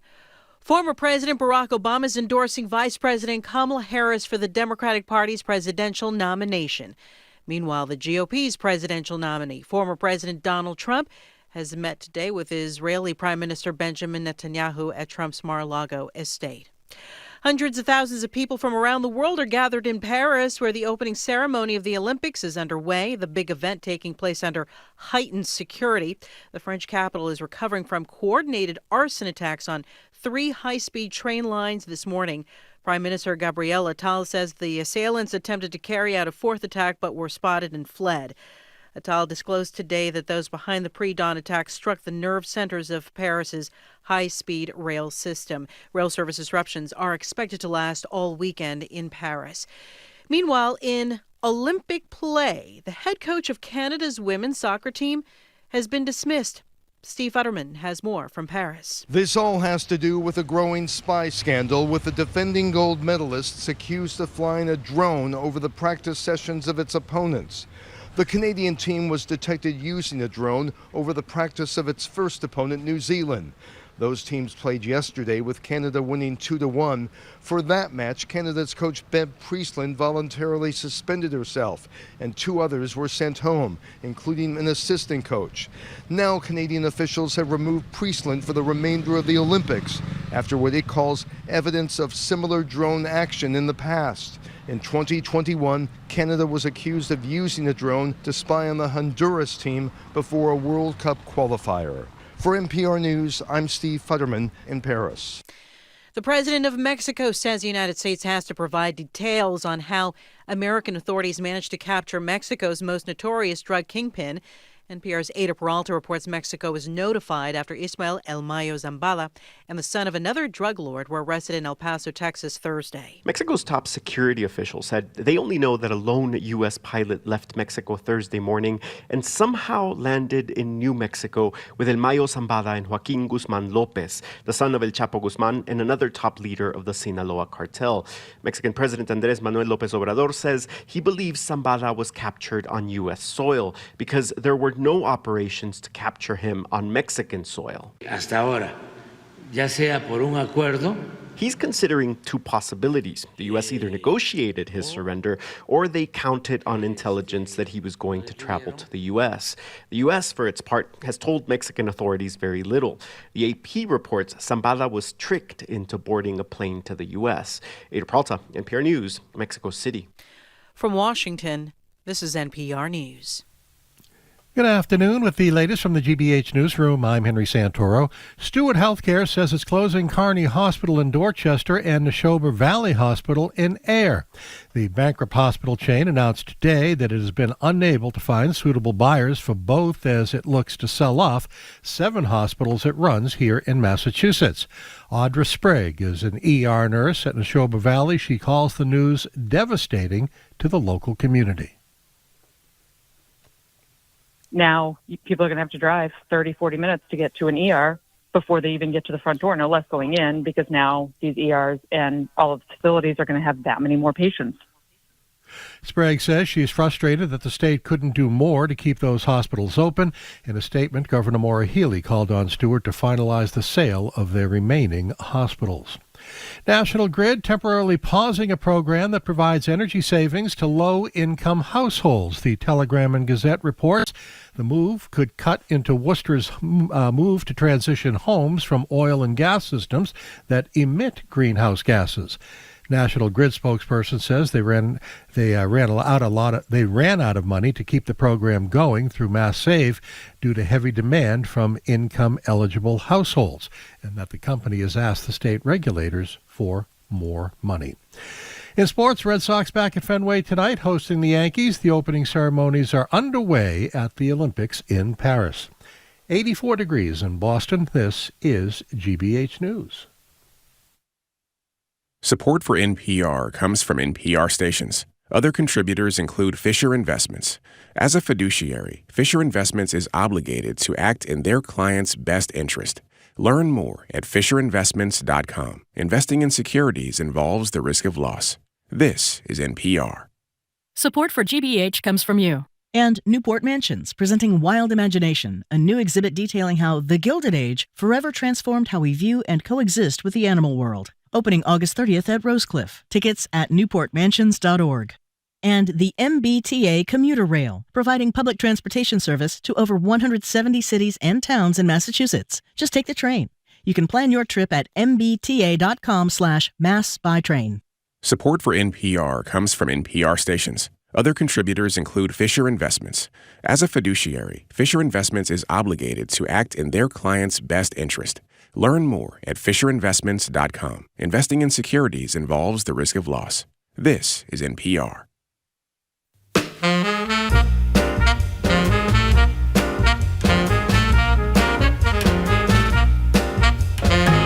Welcome to The Culture Show, live from our GBH studio at the Boston Public Library. I'm Jared Bowen. I'm joined by co-host Edgar B. Herwick III and Culture Show contributor Joyce Kulhaywick, Emmy Award-winning arts and entertainment reporter and president of the Boston Theater Critics Association. You can find her reviews on joyceschoices.com. It's time for our Arts and Culture Week in Review. Here's what it sounded like. POTUS is not going to be running for a second term. Oh my God. I'm gonna run. Oh my God. You think you just fell out of a coconut tree? Dance. Pop superstar Selene Dion is in Paris, and that's fueling a whole lot of speculation that she is going to perform at the opening ceremony of the Summer Olympics. It's Big Snoop Dogg coming back with Tarico. Gold medals on the Gold Coast. USA all day. What do people say? The D-O-double-G is on the scene in Paris. My wow. From the LBC to NBC. Ooh-wee. This is a unique summer job. The Bach Center's City Spotlights Teen Leadership Program is working to give teenagers in Boston a voice to spark change. Using music, art, dance, and acting, they spread their message across the community. Oh, who lives in a pineapple under the sea? SpongeBob SquarePants! Absorbent and yellow and porous is he. SpongeBob SquarePants! We are here because it is Hello Kitty's 50th anniversary. Yes. My first question is Hello Kitty a cat? Well, as you just heard, presidential politics is popping up with pop culture. The HBO satire Veep is now a treasure trove of clips and memes as the Kamala Harris real-life storyline starts to mirror fiction. Then there's the surplus of celebrity campaign endorsements. Also meddling in celebrity crossover, NBC dispatches Megan Thee Stallion, Kelly Clarkson, Jimmy Fallon, and more to Paris to cover the Olympics. Plus, Snoop Dogg lights things up as an official torchbearer. And for Selene Dion, it's a triumphant return to the Eiffel Tower as she likely performs in the opening ceremony. Then, for a number of teens, summer in the city means employment by way of the Bach Center's leadership program. And finally, it's a kerfluffle in the cartoon world with some big reveals about Hello Kitty and SpongeBob SquarePants shaking up their fan base. But first up, Veep, the long-running HBO satire that charted the political ambitions of the outrageously narcissistic Selena Meyer, played deliciously by Julia Louis-Dreyfus, as she maneuvered her way from the vice presidency to the Oval Office, is getting a whole new term for obvious reasons. We don't mean that the show is coming back, because its creators have said that they don't even know how they could have a level of outrage that we saw in the original series, given the political spectrum of today. However, looking at the chart of Selena Myers, played, as I said, by the multi-Emmy-winning Julia Louis-Dreyfus in that show, moving from the vice presidency to the presidency and looking what's happening now, people can't help but revive it. And it's a pretty interesting look at that show, which once was outrageous, now not so much. Yeah. Okay. So first of all, what a crazy week just listening to that audio montage. Unbelievable. But Veep is now, I mean, it's always going to be funny, but yes, now that's the reality. So these shows that stake their cred on going too far, on satirizing, have sort of had the rug pulled out from them, under them, because reality has outstripped anything satirical. And I understand that people want to go back to that because of Kamala Harris and, the actual plot point of Selena deciding that she's going to run for president when the prez drops out. Selena and Kamala Harris are nothing alike. No.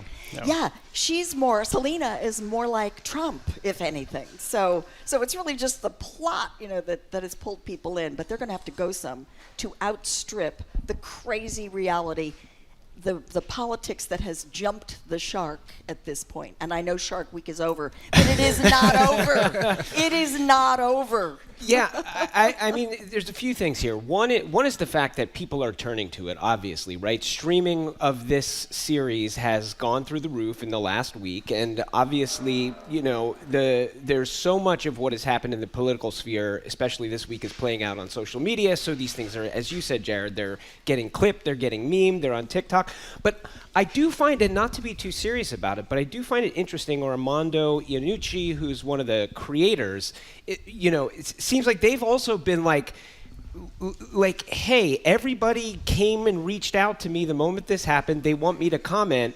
And they finally commented in a New York Times opinion piece, which I would encourage everybody to read because they take a pretty serious tack on this. I mean, one of the quotes here is, "What worries me is that politics have become so much like entertainment that the first thing we do to try to make sense of the moment is test it against a sitcom." I'm a little bit reminded of that moment when famously on Crossfire, when Jon Stewart went back at them when they were like sort of coming at him about the way he was doing his news program, and he was like, "I'm on Comedy Central. What I do is not a news program. What you do here is supposed to be news." And so, this conflating of the sort of fake world and the real world is kind of a little bit troubling. Well, let's go back into that the fake world. If it's been a while since you've watched Veep, or if you've never seen the show, here's a little bit from it. Here's Julia Louis-Dreyfus as Vice President Selena Meyer in Veep. This is when her character was memed after checking her phone during a hostage rescue mission. Why are you even here? Oh, I came here to tell you that you're a meme, ma'am. I'm a meme, ma'am. What are you talking about? Speak English, boy. A meme, an internet phenomenon. Oh, okay. Yes, there are photoshopped versions of this springing up all over Twitter. You had the Declaration of Independence with Mary Magdalene at the crucifixion, 2004 tsunami. How do we stop this meme, ma'am? No, it's just a meme, ma'am, not a meme, ma'am. And usually they flame out after about 48 hours, but sometimes they blow up and become a super meme, like Downfall or Gangnam. So what's really interesting, and I feel like I had this experience too, because I didn't watch this show as it was airing live. I watched it belatedly. And so I remember watching it during the Obama administration and then continued watching it into the Trump administration. And then suddenly, and this is what a lot of people are talking about, everything that was so funny in the show, because it was so outrageous and incomprehensible that this character, who's a politician, who politicians at that point had been so careful about what they would say and about how to rehabilitate their image if they said something incorrectly, suddenly was truth as we saw it playing out. And I think, Edgar, in that same piece you were talking about, the creators also said they would often sit in the writer's room and wonder, what is the dumbest thing a politician could say or do? And then they would have Selena Meyer say that. Yeah. So we are seeing this moment where it has changed the reality, and I'll be very transparent. Even on the Culture Show, we were talking about going into Monday morning, okay, how should we be addressing this change that happened with President Biden announcing he's not running for re-election, Kamala Harris stepping up and likely becoming the Democratic contender.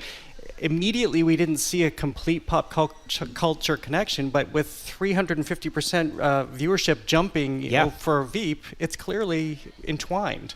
Yeah, I mean, the question is really cause and effect, right? I mean, is the show causing this change in the culture? Or is the culture causing this change in the show? I don't know. I'm not having a big problem with that, and I don't think politics is trying to measure themselves against sitcoms. I just think that these two worlds are so incredibly intertwined, and because technology drives so much, because we see ourselves all the time, that you can't help but look at how things play out always. So there's always a performative aspect to that. I mean, you know, a politician gives a speech and maybe he burps in the middle of it. Suddenly it becomes a meme, and then there's a show, or that already happened on a show. I don't know. I just see the two mirroring each other. And now it's harder. I see the challenge for artists in trying to outdo, to stay ahead of the absolute absurd curve. I think you're touching on something important, which is the fact that we are increasingly consuming these two worlds in the exact same way, on the exact same platforms. As though they're equivalent. And they very much are. They take their cues from each other. So this is a very good time to ask you both, or for the three of us, to discuss the impact of endorsements. Typically, endorsements came from unions and other politicians and former statespeople, but now we have the pop singers entering the fray, and we have actors entering into the fray. We know the role that George Clooney took, thinking it was important for him to write editorials. So how much say do we think that this has in the political campaigning going forward when we've seen any number of people jump up on both sides for both Donald Trump and Kamala Harris, especially over the last week with the RNC and her announcement? You know, I'm actually of two minds about this. When I first heard that George Clooney was calling for Biden to step down, I thought, oh, why is he speaking up? You know what? Just be quiet. But then I started to remember that Clooney has quite a record in terms of going to bat for social justice causes, particularly in Africa, I believe, where he traveled with his father, etc. Which gets to another point that we're going to talk about in this show, and it has to do with putting people in boxes, labeling people. An actor is not just an actor. An actor has a conscience. An actor is a full human being. Some actors are smarter and more aware and more sensitive than other people.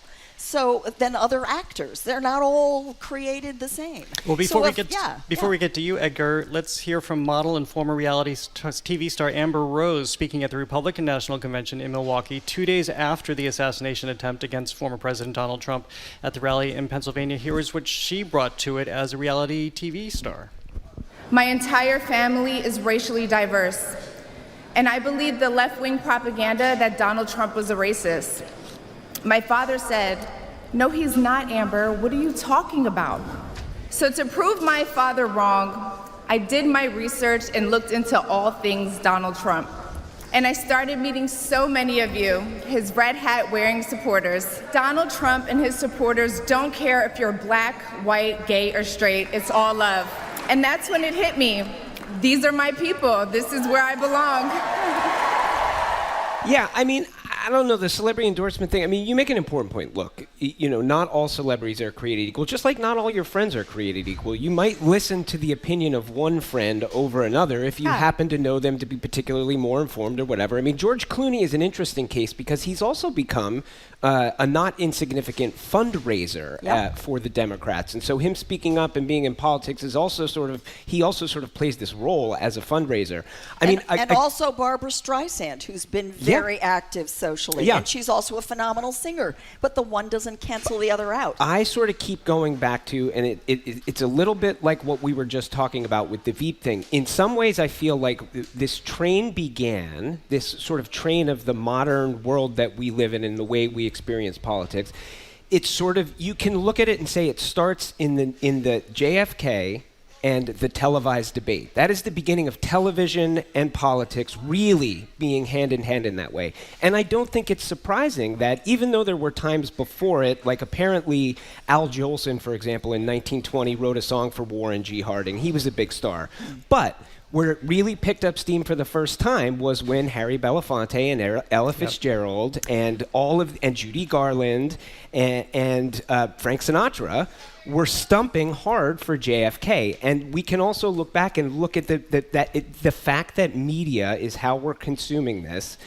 They've begun to be entwined in a way that you can't now unpack. Well, you know, to your point, it was only when those horrific pictures from Vietnam came back on the nightly news that people really started to understand what was going on there and sentiment started to change. So I think you just have to consume your celebrities the way you consume your news. And I wouldn't be consuming Amber Rose. I would be consuming George Clooney and Barbara Streisand. Amber Rose apparently forgot that it was Trump that wanted to bring back the death penalty to convict and kill those 5 innocent black and Latino young men who were accused falsely of the Wilding incident in Central Park. She forgot or somehow missed in her research that Trump and his father were both sued for racial discrimination when they were landlords in New York City. So don't give me this, everybody is welcome into the fold, we don't see color, we're all love, and, you know, no, that isn't who he is. That isn't who he was. Well, before we leave this, we want to talk about one other element of pop culture, which I thought was really interesting when we saw this happen this week, and this is about The Boys. So pop culture, especially in film and television, has often eerily collided with real-life events and plot lines involving plane crashes, terrorist attacks, or mass shootings. That leaves producers in a predicament whether to release those movies or episodes or not, and it happened again this week. The Amazon Prime show The Boys had to make a decision about its season 4 finale revolving around an assassination. Because of obvious parallels to Donald Trump's assassination attempt, in this case, they elected to release the episode, which I thought was shocking because we've all been seeing this for decades now. A lot of it came to the fore after September 11th, when we saw a number of television shows and movies, even Sex and the City, re-edited its open so that you no longer saw the Twin Towers. There were plot lines about bombings or terrorist attacks. They either held off on releasing those movies or they took those scenes out. We've seen that echoed in mass shootings and television programs that delayed the episode. Here, I feel like for the first time that I'm really consciously aware of, almost in real time, they still issued the show, albeit with a warning at the top that suggested that people were about to see something that really was reflecting what was happening in real time. Yeah, and the one thing they did, which is to me a little bit of a head scratcher, is they changed the title of the episode. So that it was called Assassination Run, and they changed it to Episode 4 Finale, but it's not like they made any change to the actual episode. I think the other thing here, and I have to fully say, this is not a show that I have watched. So, I don't know this show well. I don't know what the tone is. But I do think at least something that should have been considered in this is the fact that, unlike, for example, Veep, where we were just saying that, it's not like that vice president was, modeled on Kamala Harris or anything like this. The characters in Veep were not trying to mirror any one particular person. It does sound like in this show, through interviews and stuff, the showrunners have said that they are more sort of commenting in real time on what's actually happening, that some of these characters are sort of meant to evoke people who are out there in our political space. And so in that regard, I feel like they should have shown more caution in terms of putting this out into the world after what happened than they did. I am not largely familiar with The Boys. I'm going to confess, I watched episode 1, season 1 last night, and I will tell you, it is a smart show. Yeah. It is a compelling show. And I don't know if they model the characters on real life characters. But I think what's important to note here is that it is a real sign of the times that they chose to run the episode. Yep. And I hate to say that they shouldn't have or they should have, only that our tolerance for certain things has certainly been eroded, and that the news cycle is so fast that we forget so quickly. Even something like the attempted assassination of a presidential candidate could be dwarfed by our exploration of the monumental failure of the Secret Service to protect him. That seems to be the larger story at this point. I mean, we live in a culture that is riddled with guns, with politicians who exploit division. How do we expect that people are going to behave in this culture? I think it's almost the job, to play devil's advocate, of a show like The Boys to test that, to put that out there and let us react to it. Has there been a huge public outcry about them running that episode? That episode which was shot long before this assassination attempt, but people are gunned down in the streets. It didn't even rise to the front pages, Yeah. And so Yeah. I think it's exactly a perfect way to settle this conversation about where pop culture meets politics at this moment, and that people are just taking this as they take everything else and at this rapid clip, as you say. Well, coming up, although the details are as murky as the river Seine, Selene Dion is expected to make a comeback. This is as Emily Rooney used to say, and John Carroll, this is a Category 5 meanwhile as we move on to the Olympics. Selene Dion is going to make a comeback performance at the Olympics opening ceremony. That and more next on The Culture Show. Stay with us. The Culture Show is made possible in part by a generous contribution from the Fiducia Fund, proud to support this station's arts and culture programming.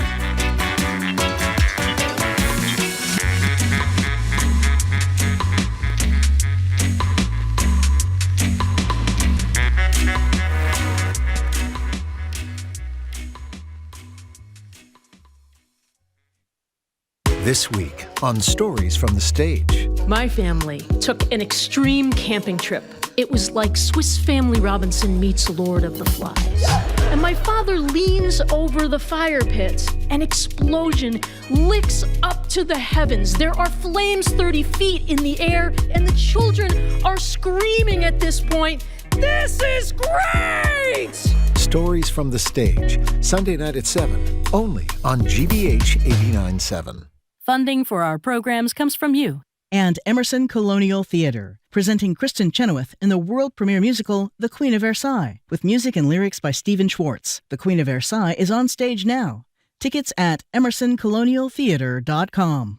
GBH 89.7 listeners prefer to purchase from companies that sponsor GBH. Become a corporate sponsor today. Packages can include audio, video, digital, and events. Learn more at gbh.org/sponsorship.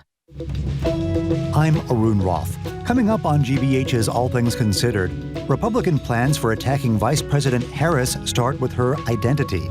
Local residents say Steward Healthcare's plan to close 2 hospitals will be devastating for their communities. And I'll talk with the state's Commissioner of Public Health about why there seem to be more beach closures for bacteria this summer and what you need to know to stay safe around the water. That's starting at 4 on GBH 89.7.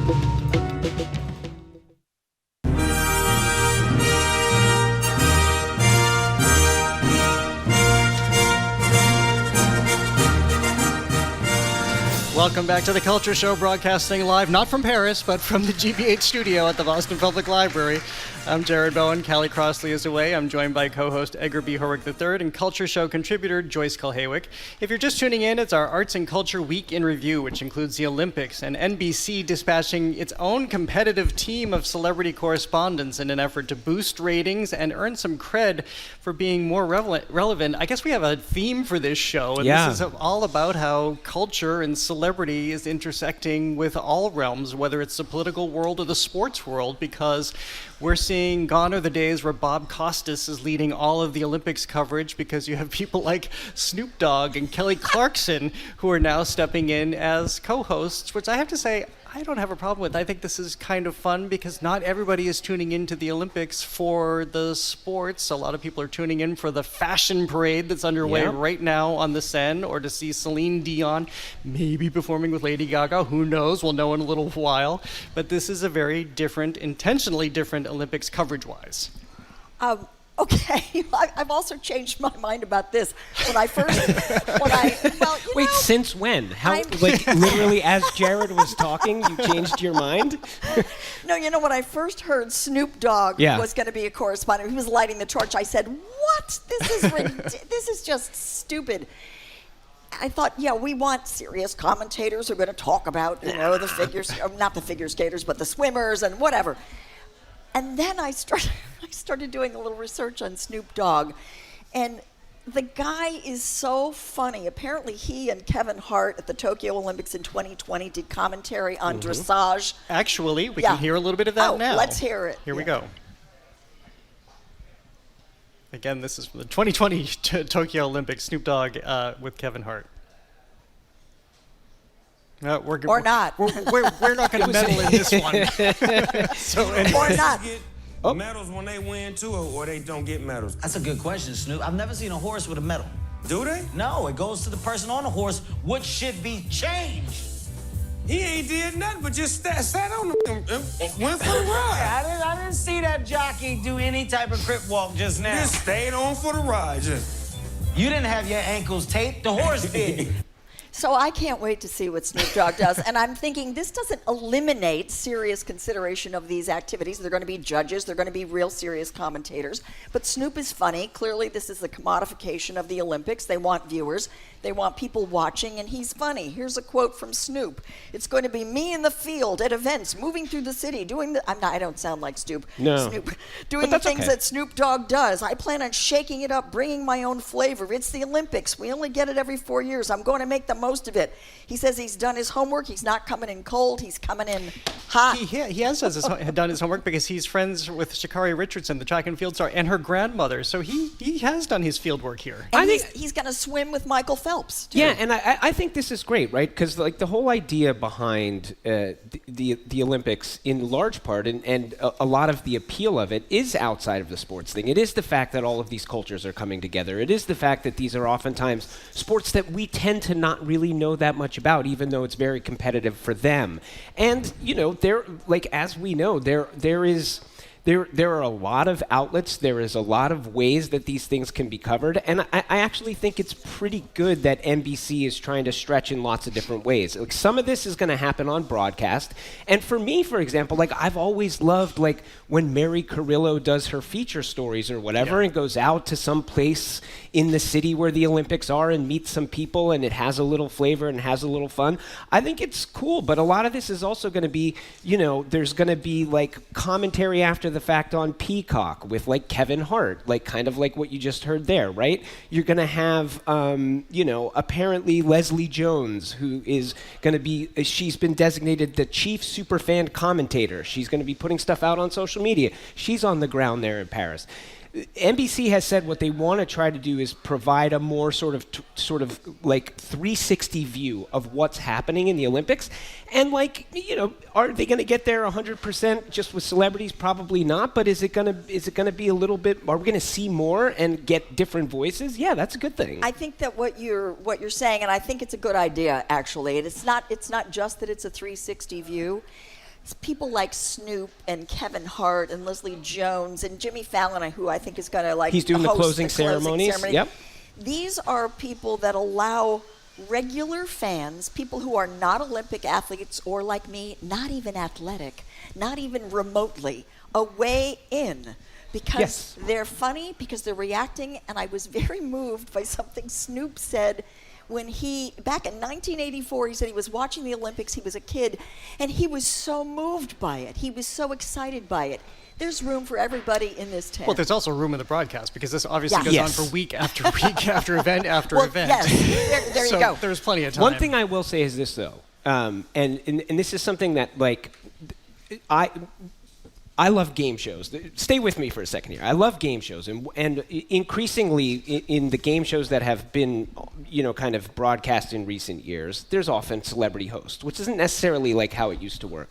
And one of the things that I find is a little bit of a miss of the trick there is why I think game shows work is because they're about the contestant and the game.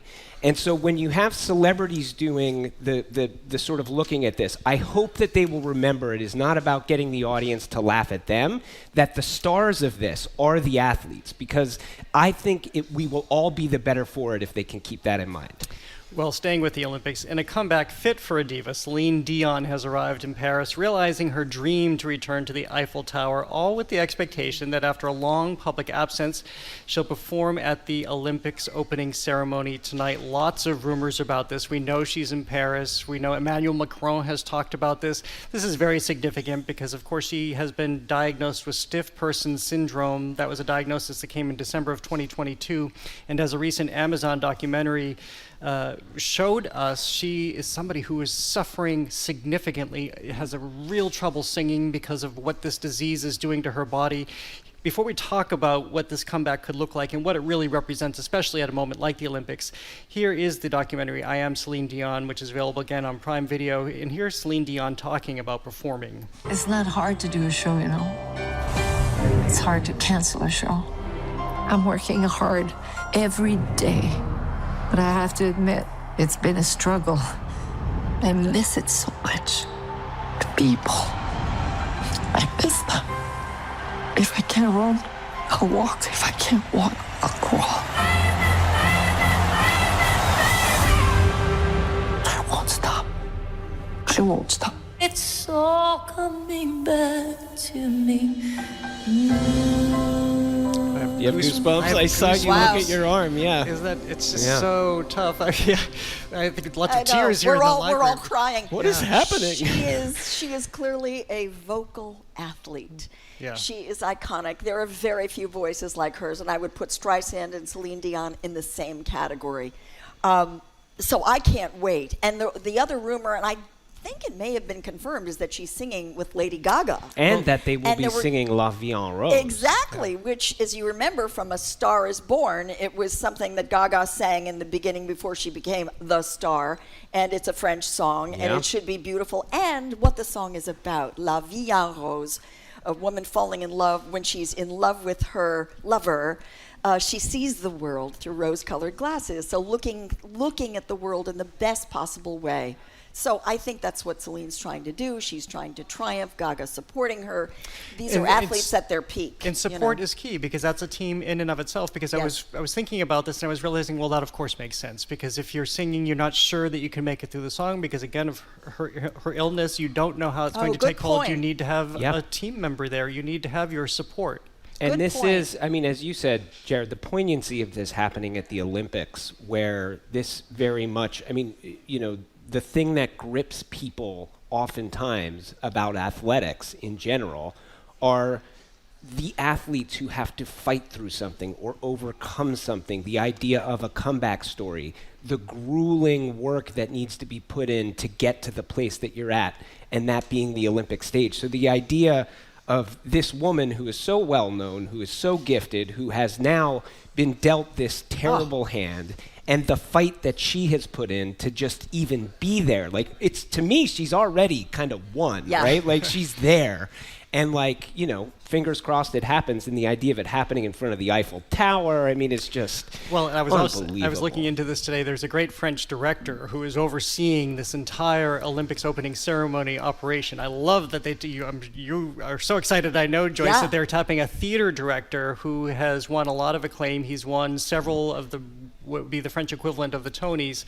And so, of course, that's a very grand ending. If he truly designed it from beginning to end, including Selene Dion, it makes perfect sense. I mean, you know, you're floating down the Seine, you're going to light a torch in front of the Eiffel Tower. What could go wrong? I mean, it's going to... Well, it is raining right now. Yeah, I guess it's raining. That torch better not go out. There are some issues with the river. It's a little dirty. Hey, I do have something, though, that I want to know how you feel about this.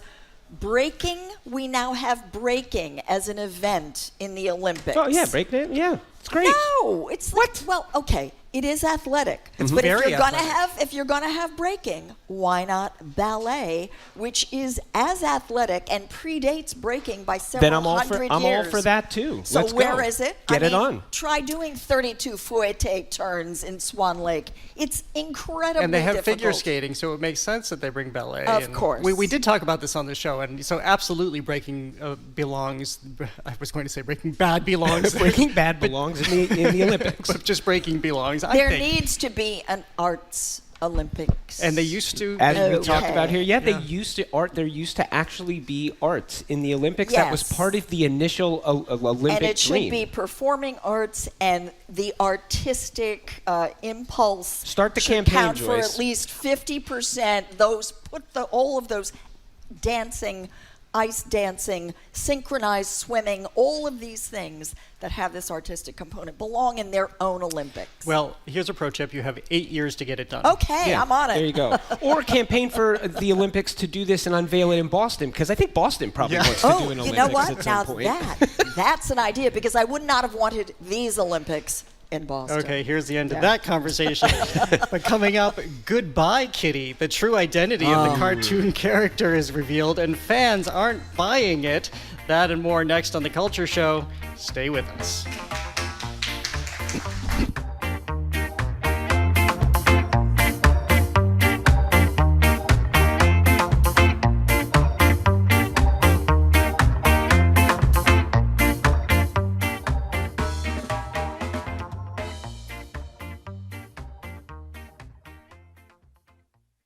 All summer long, GBH News explores Boston's desegregation legacy. I grew up in Worcester, but it wasn't until I lived in Louisville, Kentucky, that I heard much, much more about Boston's trauma. Education editor Meg Wilhouse. The same violence that erupted in Boston also happened in Louisville. People there compared it to Boston, and I realized the giant hole in my own education. Boston Busing at 50.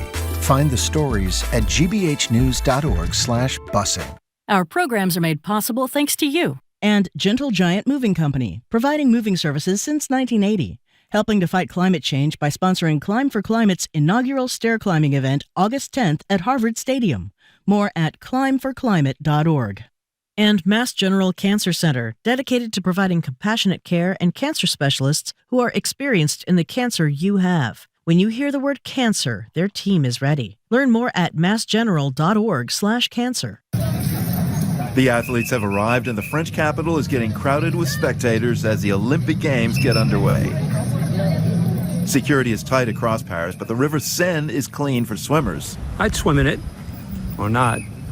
Our man on the ground takes in the opening ceremony. Let the games begin next time on The World. This afternoon at 3, here on GBH News 89.7.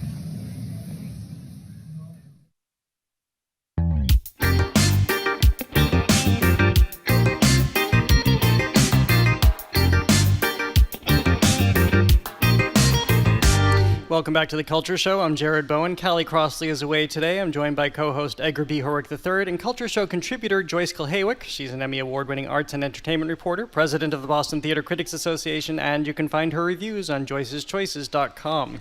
If you're just tuning in, it's our Arts and Culture Week in Review, which includes the Bach Center, which is launching this summer's City Spotlights Teen Leadership Program.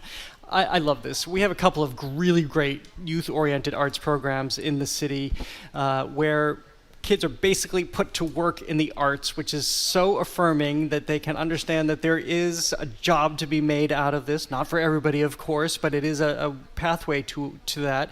But this is a great program by the Bach Center. I know, Joyce, you in particular are very, very excited about this one. Yeah, I mean, I'm always excited when kids get to express themselves in this way, and we suddenly see, or we are reminded that the arts are something that's integrated into our lives, that it encourages kids to express themselves, to take the lead, to maybe even get a job in this field, to be an artist themselves, or just have it in their back pocket as something that they can draw on in the future. I mean, any platform that allows kids to become exactly who they are, which is what the arts do, you know, it channels your identity and you express it in this external way. It's just it's a wonderful thing, and it's been going on since 2012. These young adults represent 11 Boston neighborhoods from 21 different Boston area schools, and it has employed, so it pays, over 400 teen leaders. That is what I was just going to say. To me, the real important part of this program is the fact that it is presented as an employment program, that it pays them, and that it is pitched as such. I mean, I think that it is a subtle message, but I think it's an important message, especially when it comes to the arts, that it's not just like a summertime thing where you learn about how to put a play on. You know what I mean? It's an employment program, and I think that there's anything small about that. No. Yeah. No. Absolutely not. I'm just saying I think the payment is the frosting on the cake. The framework. Yeah, the paying works because Artists for Humanity does this too by putting kids to work, because if you're getting paid, you're expected to do the work. So there's a whole other level of commitment that organizations like the Bach Center and Artists for Humanity have seen when kids come in and know that they are really working for something and that there is accountability at the end of the day, because they're producing artworks at Artists for Humanity, they're producing performances, flash mobs, going to the State House to call for action in the case of the Bach Center. So this is where I lost my metaphor, where something hits the road. This is where the rubber hits the road. This is where Selene Dion. No. No, I mean, and to your point though, Edgar, there is a tangible payoff. I mean, there's something quantitative, I guess, and not just qualitative that you can hang on to. And also, I think it's important to send the message, or to remind us, and I think we talked about this on the show last week or 2 weeks ago, that like the arts can be a job, that it's like that the arts is not just something you do on the side for other reasons, that it can be work. And speaking of jobs, and speaking of the Bach Center, we should also mention that earlier this year, Josiah Spalding stepped down. Joe Spalding, he had led this organization for 38 years, back when it was the Wang Center, and bringing in money to completely restore it and make it the majestic palace it is today, bringing the Schubert into the fold. He stepped down. It was finally time, he thought, that he could take a little rest, and they just this week announced his successor, who will be Casey Soward, who was coming from the Cabot Performing Arts Center in Beverly. That's significant because on a smaller scale, he basically did exactly what Joe Spalding did. In that Cabot Theater in Beverly, he turned it around, amplified the programming, brought in lots of money for renovation and restoration. So I guess we can expect that the same mindset will be in play here. Yeah, he's a young man too. He's about 44 years old, and I know Casey a little bit because I worked with him up at the Cabot, did a couple programs with him right when they were in the middle of renovating that theater. It's got a deep history. He respects all of that. Remember, I was brought in to moderate a conversation with Carrie Elwes, who starred in The Princess Bride. Yes. And he had that book called As You Wish, Tales from Behind the Scenes. Anyway, it was wonderful. They brought in the public. People asked questions.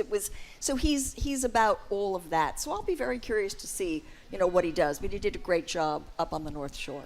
Yeah.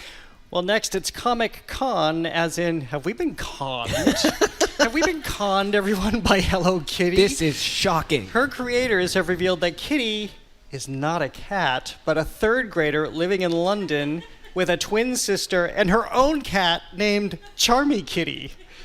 This is insane. Are we to believe this, that Hello Kitty, who has been a staple, and by the way, this is really hilarious, actually. This is not the first time that this has been disclosed. No, apparently. It happened about 15 years ago, and I think people were so traumatized, they decided to collectively forget it ever happened. But now we are being confronted with this again, that she has ears, she has whiskers. Oh, please. But it's ridiculous. Their point is that they say that she's never walking around on all fours. Yeah, but neither is Mickey Mouse. Well, but I don't know anymore. Is Mickey Mouse even a mouse? Maybe he's a 15-year-old from Chicago. Exactly.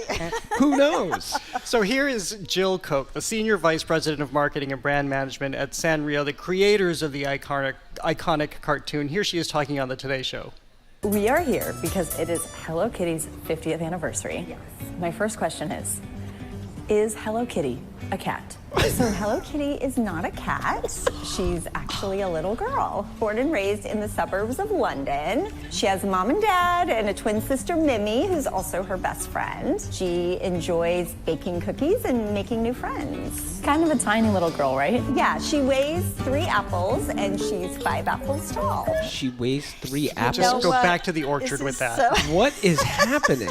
What's with those ears, okay? No, what's with those ears? In all seriousness, She's I think a cat. You've got to be careful with, look, things become Edgar, icons. who even are you? Things become icons, I would argue, in part because there is some mystery about them. And the idea of trying to put a backstory and really hammer this backstory home too hard, I think all you have to do is look at Star Wars to see what can happen when you start to fill in a canonical backstory when there should have never been one. I think all you have to do is ask any kid, and I think the beauty of Hello Kitty is that the kitty or the girl, whatever, this anthropomorphized cat, is whoever the kid wants that creature to be. Exactly. That's the point of an icon. In fact, the design of Hello Kitty specifically has eliminated the mouth. There is no mouth. So however a child is feeling, they can project and imagine that that's how Hello Kitty is feeling. Because if they're sad, Hello Kitty is sad. If they're happy, skeptical. No, this is what Yuko Yamaguchi, the current character designer, says. That's specifically why they didn't put a mouth on that creature. And I think it's so that this creature is universally lovable, identifiable, and a way for a kid to get close to a creature who's a companion. And by the way, I love cats. I have a cat, Virgil, and he is everything to me. Now you're just pandering. Virgil is not listening to the show right now. No, Virgil, I'm sure he's listening, and he's wondering why he's you're a not home boy feeding and him. a cat. He's everything. I did look up Charmy Kitty. Charmy Kitty is on all 4s, so maybe there is something to this. Oh. But actually, Joyce, seriously, jumping off of what you just said. Yeah. We learned more about SpongeBob SquarePants, too. Yes. It's interesting that these both surfaced in the same week. And actually, this has also been discussed before. But Tom Kenny, the voice actor who portrays him, confirmed, this happened a couple of months ago, but it really gained traction this week when it appeared on X, that SpongeBob has autism. So here's what Tom Kenny had to say. This is a context during an appearance at the Motor City Comic Con a few months ago. Because SpongeBob's kind of on the spectrum, too, as a character. And this last con that I did in South Texas, in McAllen, Texas, it was the first time I'd ever been asked this question. A person who was, obviously on the spectrum came up to me and said, "Hey, I have a question for you, Tom Kenny. Is SpongeBob autistic?" Wow. Is SpongeBob himself autistic? And I said, yes, of course. I said, of course he is. And I said, you know what? That's his superpower. The same way it's your superpower. And Joyce, I think that goes exactly to what you were just saying. When we see, well, first of all, when art goes out into the world in whatever form, it then becomes the world, essentially. It becomes the patrons, the audience, the visitors, and it's up for interpretation. And clearly, a lot of people over the years, people who have autism have identified with SpongeBob on different levels, and enough to ask this question and see themselves reflected in the character. And that's what makes this beautiful, not unlike what you were just talking about with Hello Kitty. Exactly. And I think that is enough. I think it is enough for people to identify, and I think we get into a lot of trouble, particularly now in this PC era where we want to label and box people in. I understand why certain labels would want to be called out if they have been carrying negative baggage, and that there might be some sense of wanting to air this out and saying of course he's autistic, and it's okay to be autistic, and we shouldn't hide that. But we tie ourselves in knots when we start to just label people as one thing or another. Even the definition of autism is changing. I'm hoping that we can all move to a space where we don't feel compelled to have to put people in any kind of boxes, and that we start to understand that everybody and everything is on an incredibly fluid continuum. So I think it's almost kind of a mistake to say SpongeBob is just autistic. SpongeBob is SpongeBob. He's a hard-working, very deeply focused sponge. Yes, he is a sponge. Yeah, I mean, I think that's a really look. That is a thoughtful, sensitive answer that he gave in a moment to a kid. And yes, I think, you know, and I think to your, to sort of piggyback on what you were saying, Joyce.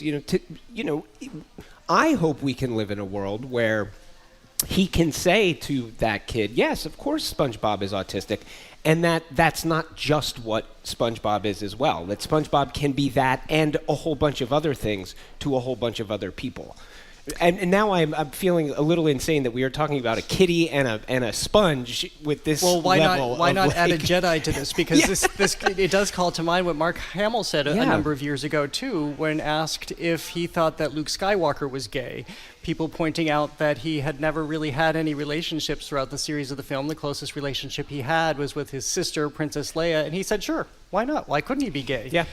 Or Bert and Ernie. I mean, I'm thinking about Bert and Ernie. Dumbledore. All the way, or Dumbledore. Yeah. I mean, does it matter? Do we have to label?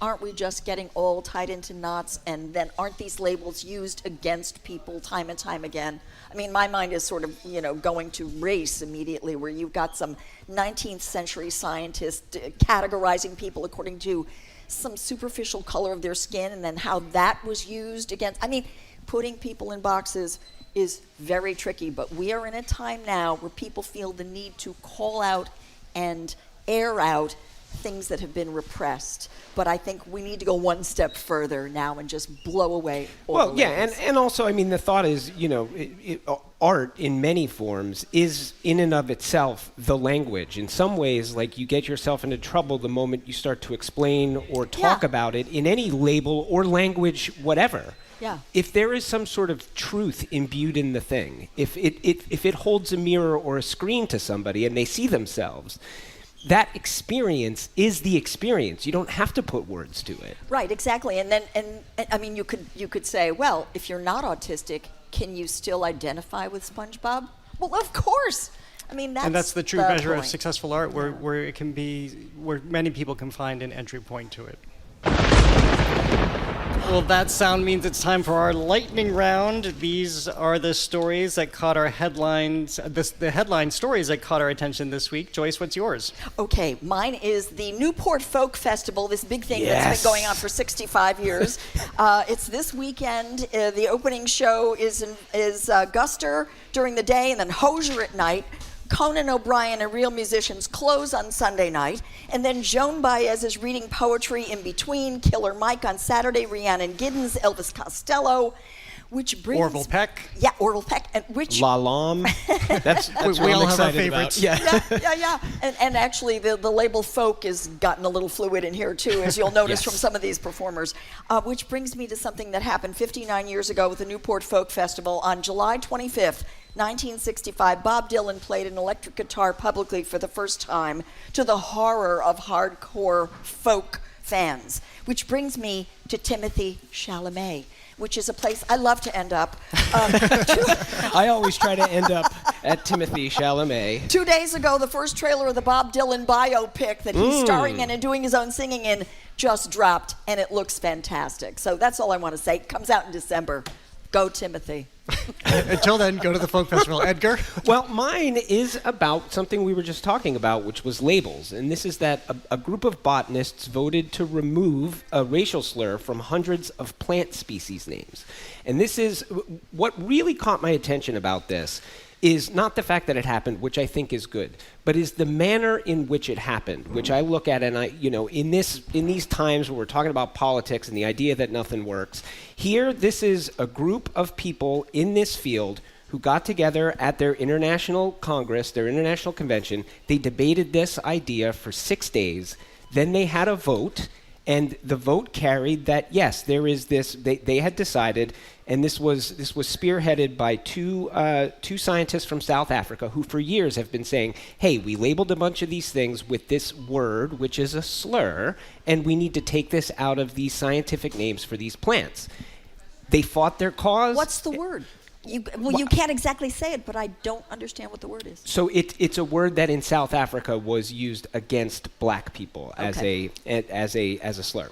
So it's no longer. They have replaced all of these, and I think again it's the process by which they did it, which I give a huge thumbs up to. Well done. Yes, and mine will be a true lightning round because we're running out of time, so I'll be really quick. There's one movie that I watched probably more than any other in my entire lifetime because I watched it almost every day as a child. I feel like that would be The Goonies. Great choice. A lot of people love this film, choice. and it is going to be screened for free on August 9th at 8 o'clock on Boston Common. It's presented by Alamo Drafthouse and the Commonwealth Shakespeare Company, all on the 39th anniversary of The Goonies for some reason. Well, that is We'll all. take Exactly. That is all for this edition of The Culture Show. You can catch up on all things arts and culture by way of our podcasts, wherever you get your podcasts. Culture Show co-host Edgar B. Herwig III, behind the man behind the Curiosity Desk. Culture Show contributor Joyce Kulhawick is an Emmy Award-winning arts and entertainment reporter. She's also a kitty, president of the Boston Theater Critics Association, and you can find her reviews on joyceschoices.com. Monday on the show, the Queen of Broadway, Kristen Chenoweth, on becoming the Queen of Versailles. We talk about her new Broadway-bound musical now playing at the Emerson Colonial Theater. Plus, the Berkshires is a thriving art scene in the summer. We'll check in with Williamstown Theater Festival about all they have going on. Thanks today to the BPL technical and logistics crew, Maddie Geyer, Bill Francis, Sandra Lopez-Burke, Juan Jose Cadena, Chris Hanks, and Amanda Francis. Thanks to City Table, the Lennox Hotel Newsfeed Cafe. I'm Jared Bowen. Have an art-filled weekend. Where is Mary? Where is she? Where is she? She's just about to close up the library. The Culture Show is made possible in part by a generous contribution from the Fiducia Fund, proud to GBH's support All this Things station's art Considered and is coming culture up this programming. afternoon at 4, with Marketplace at 6:30.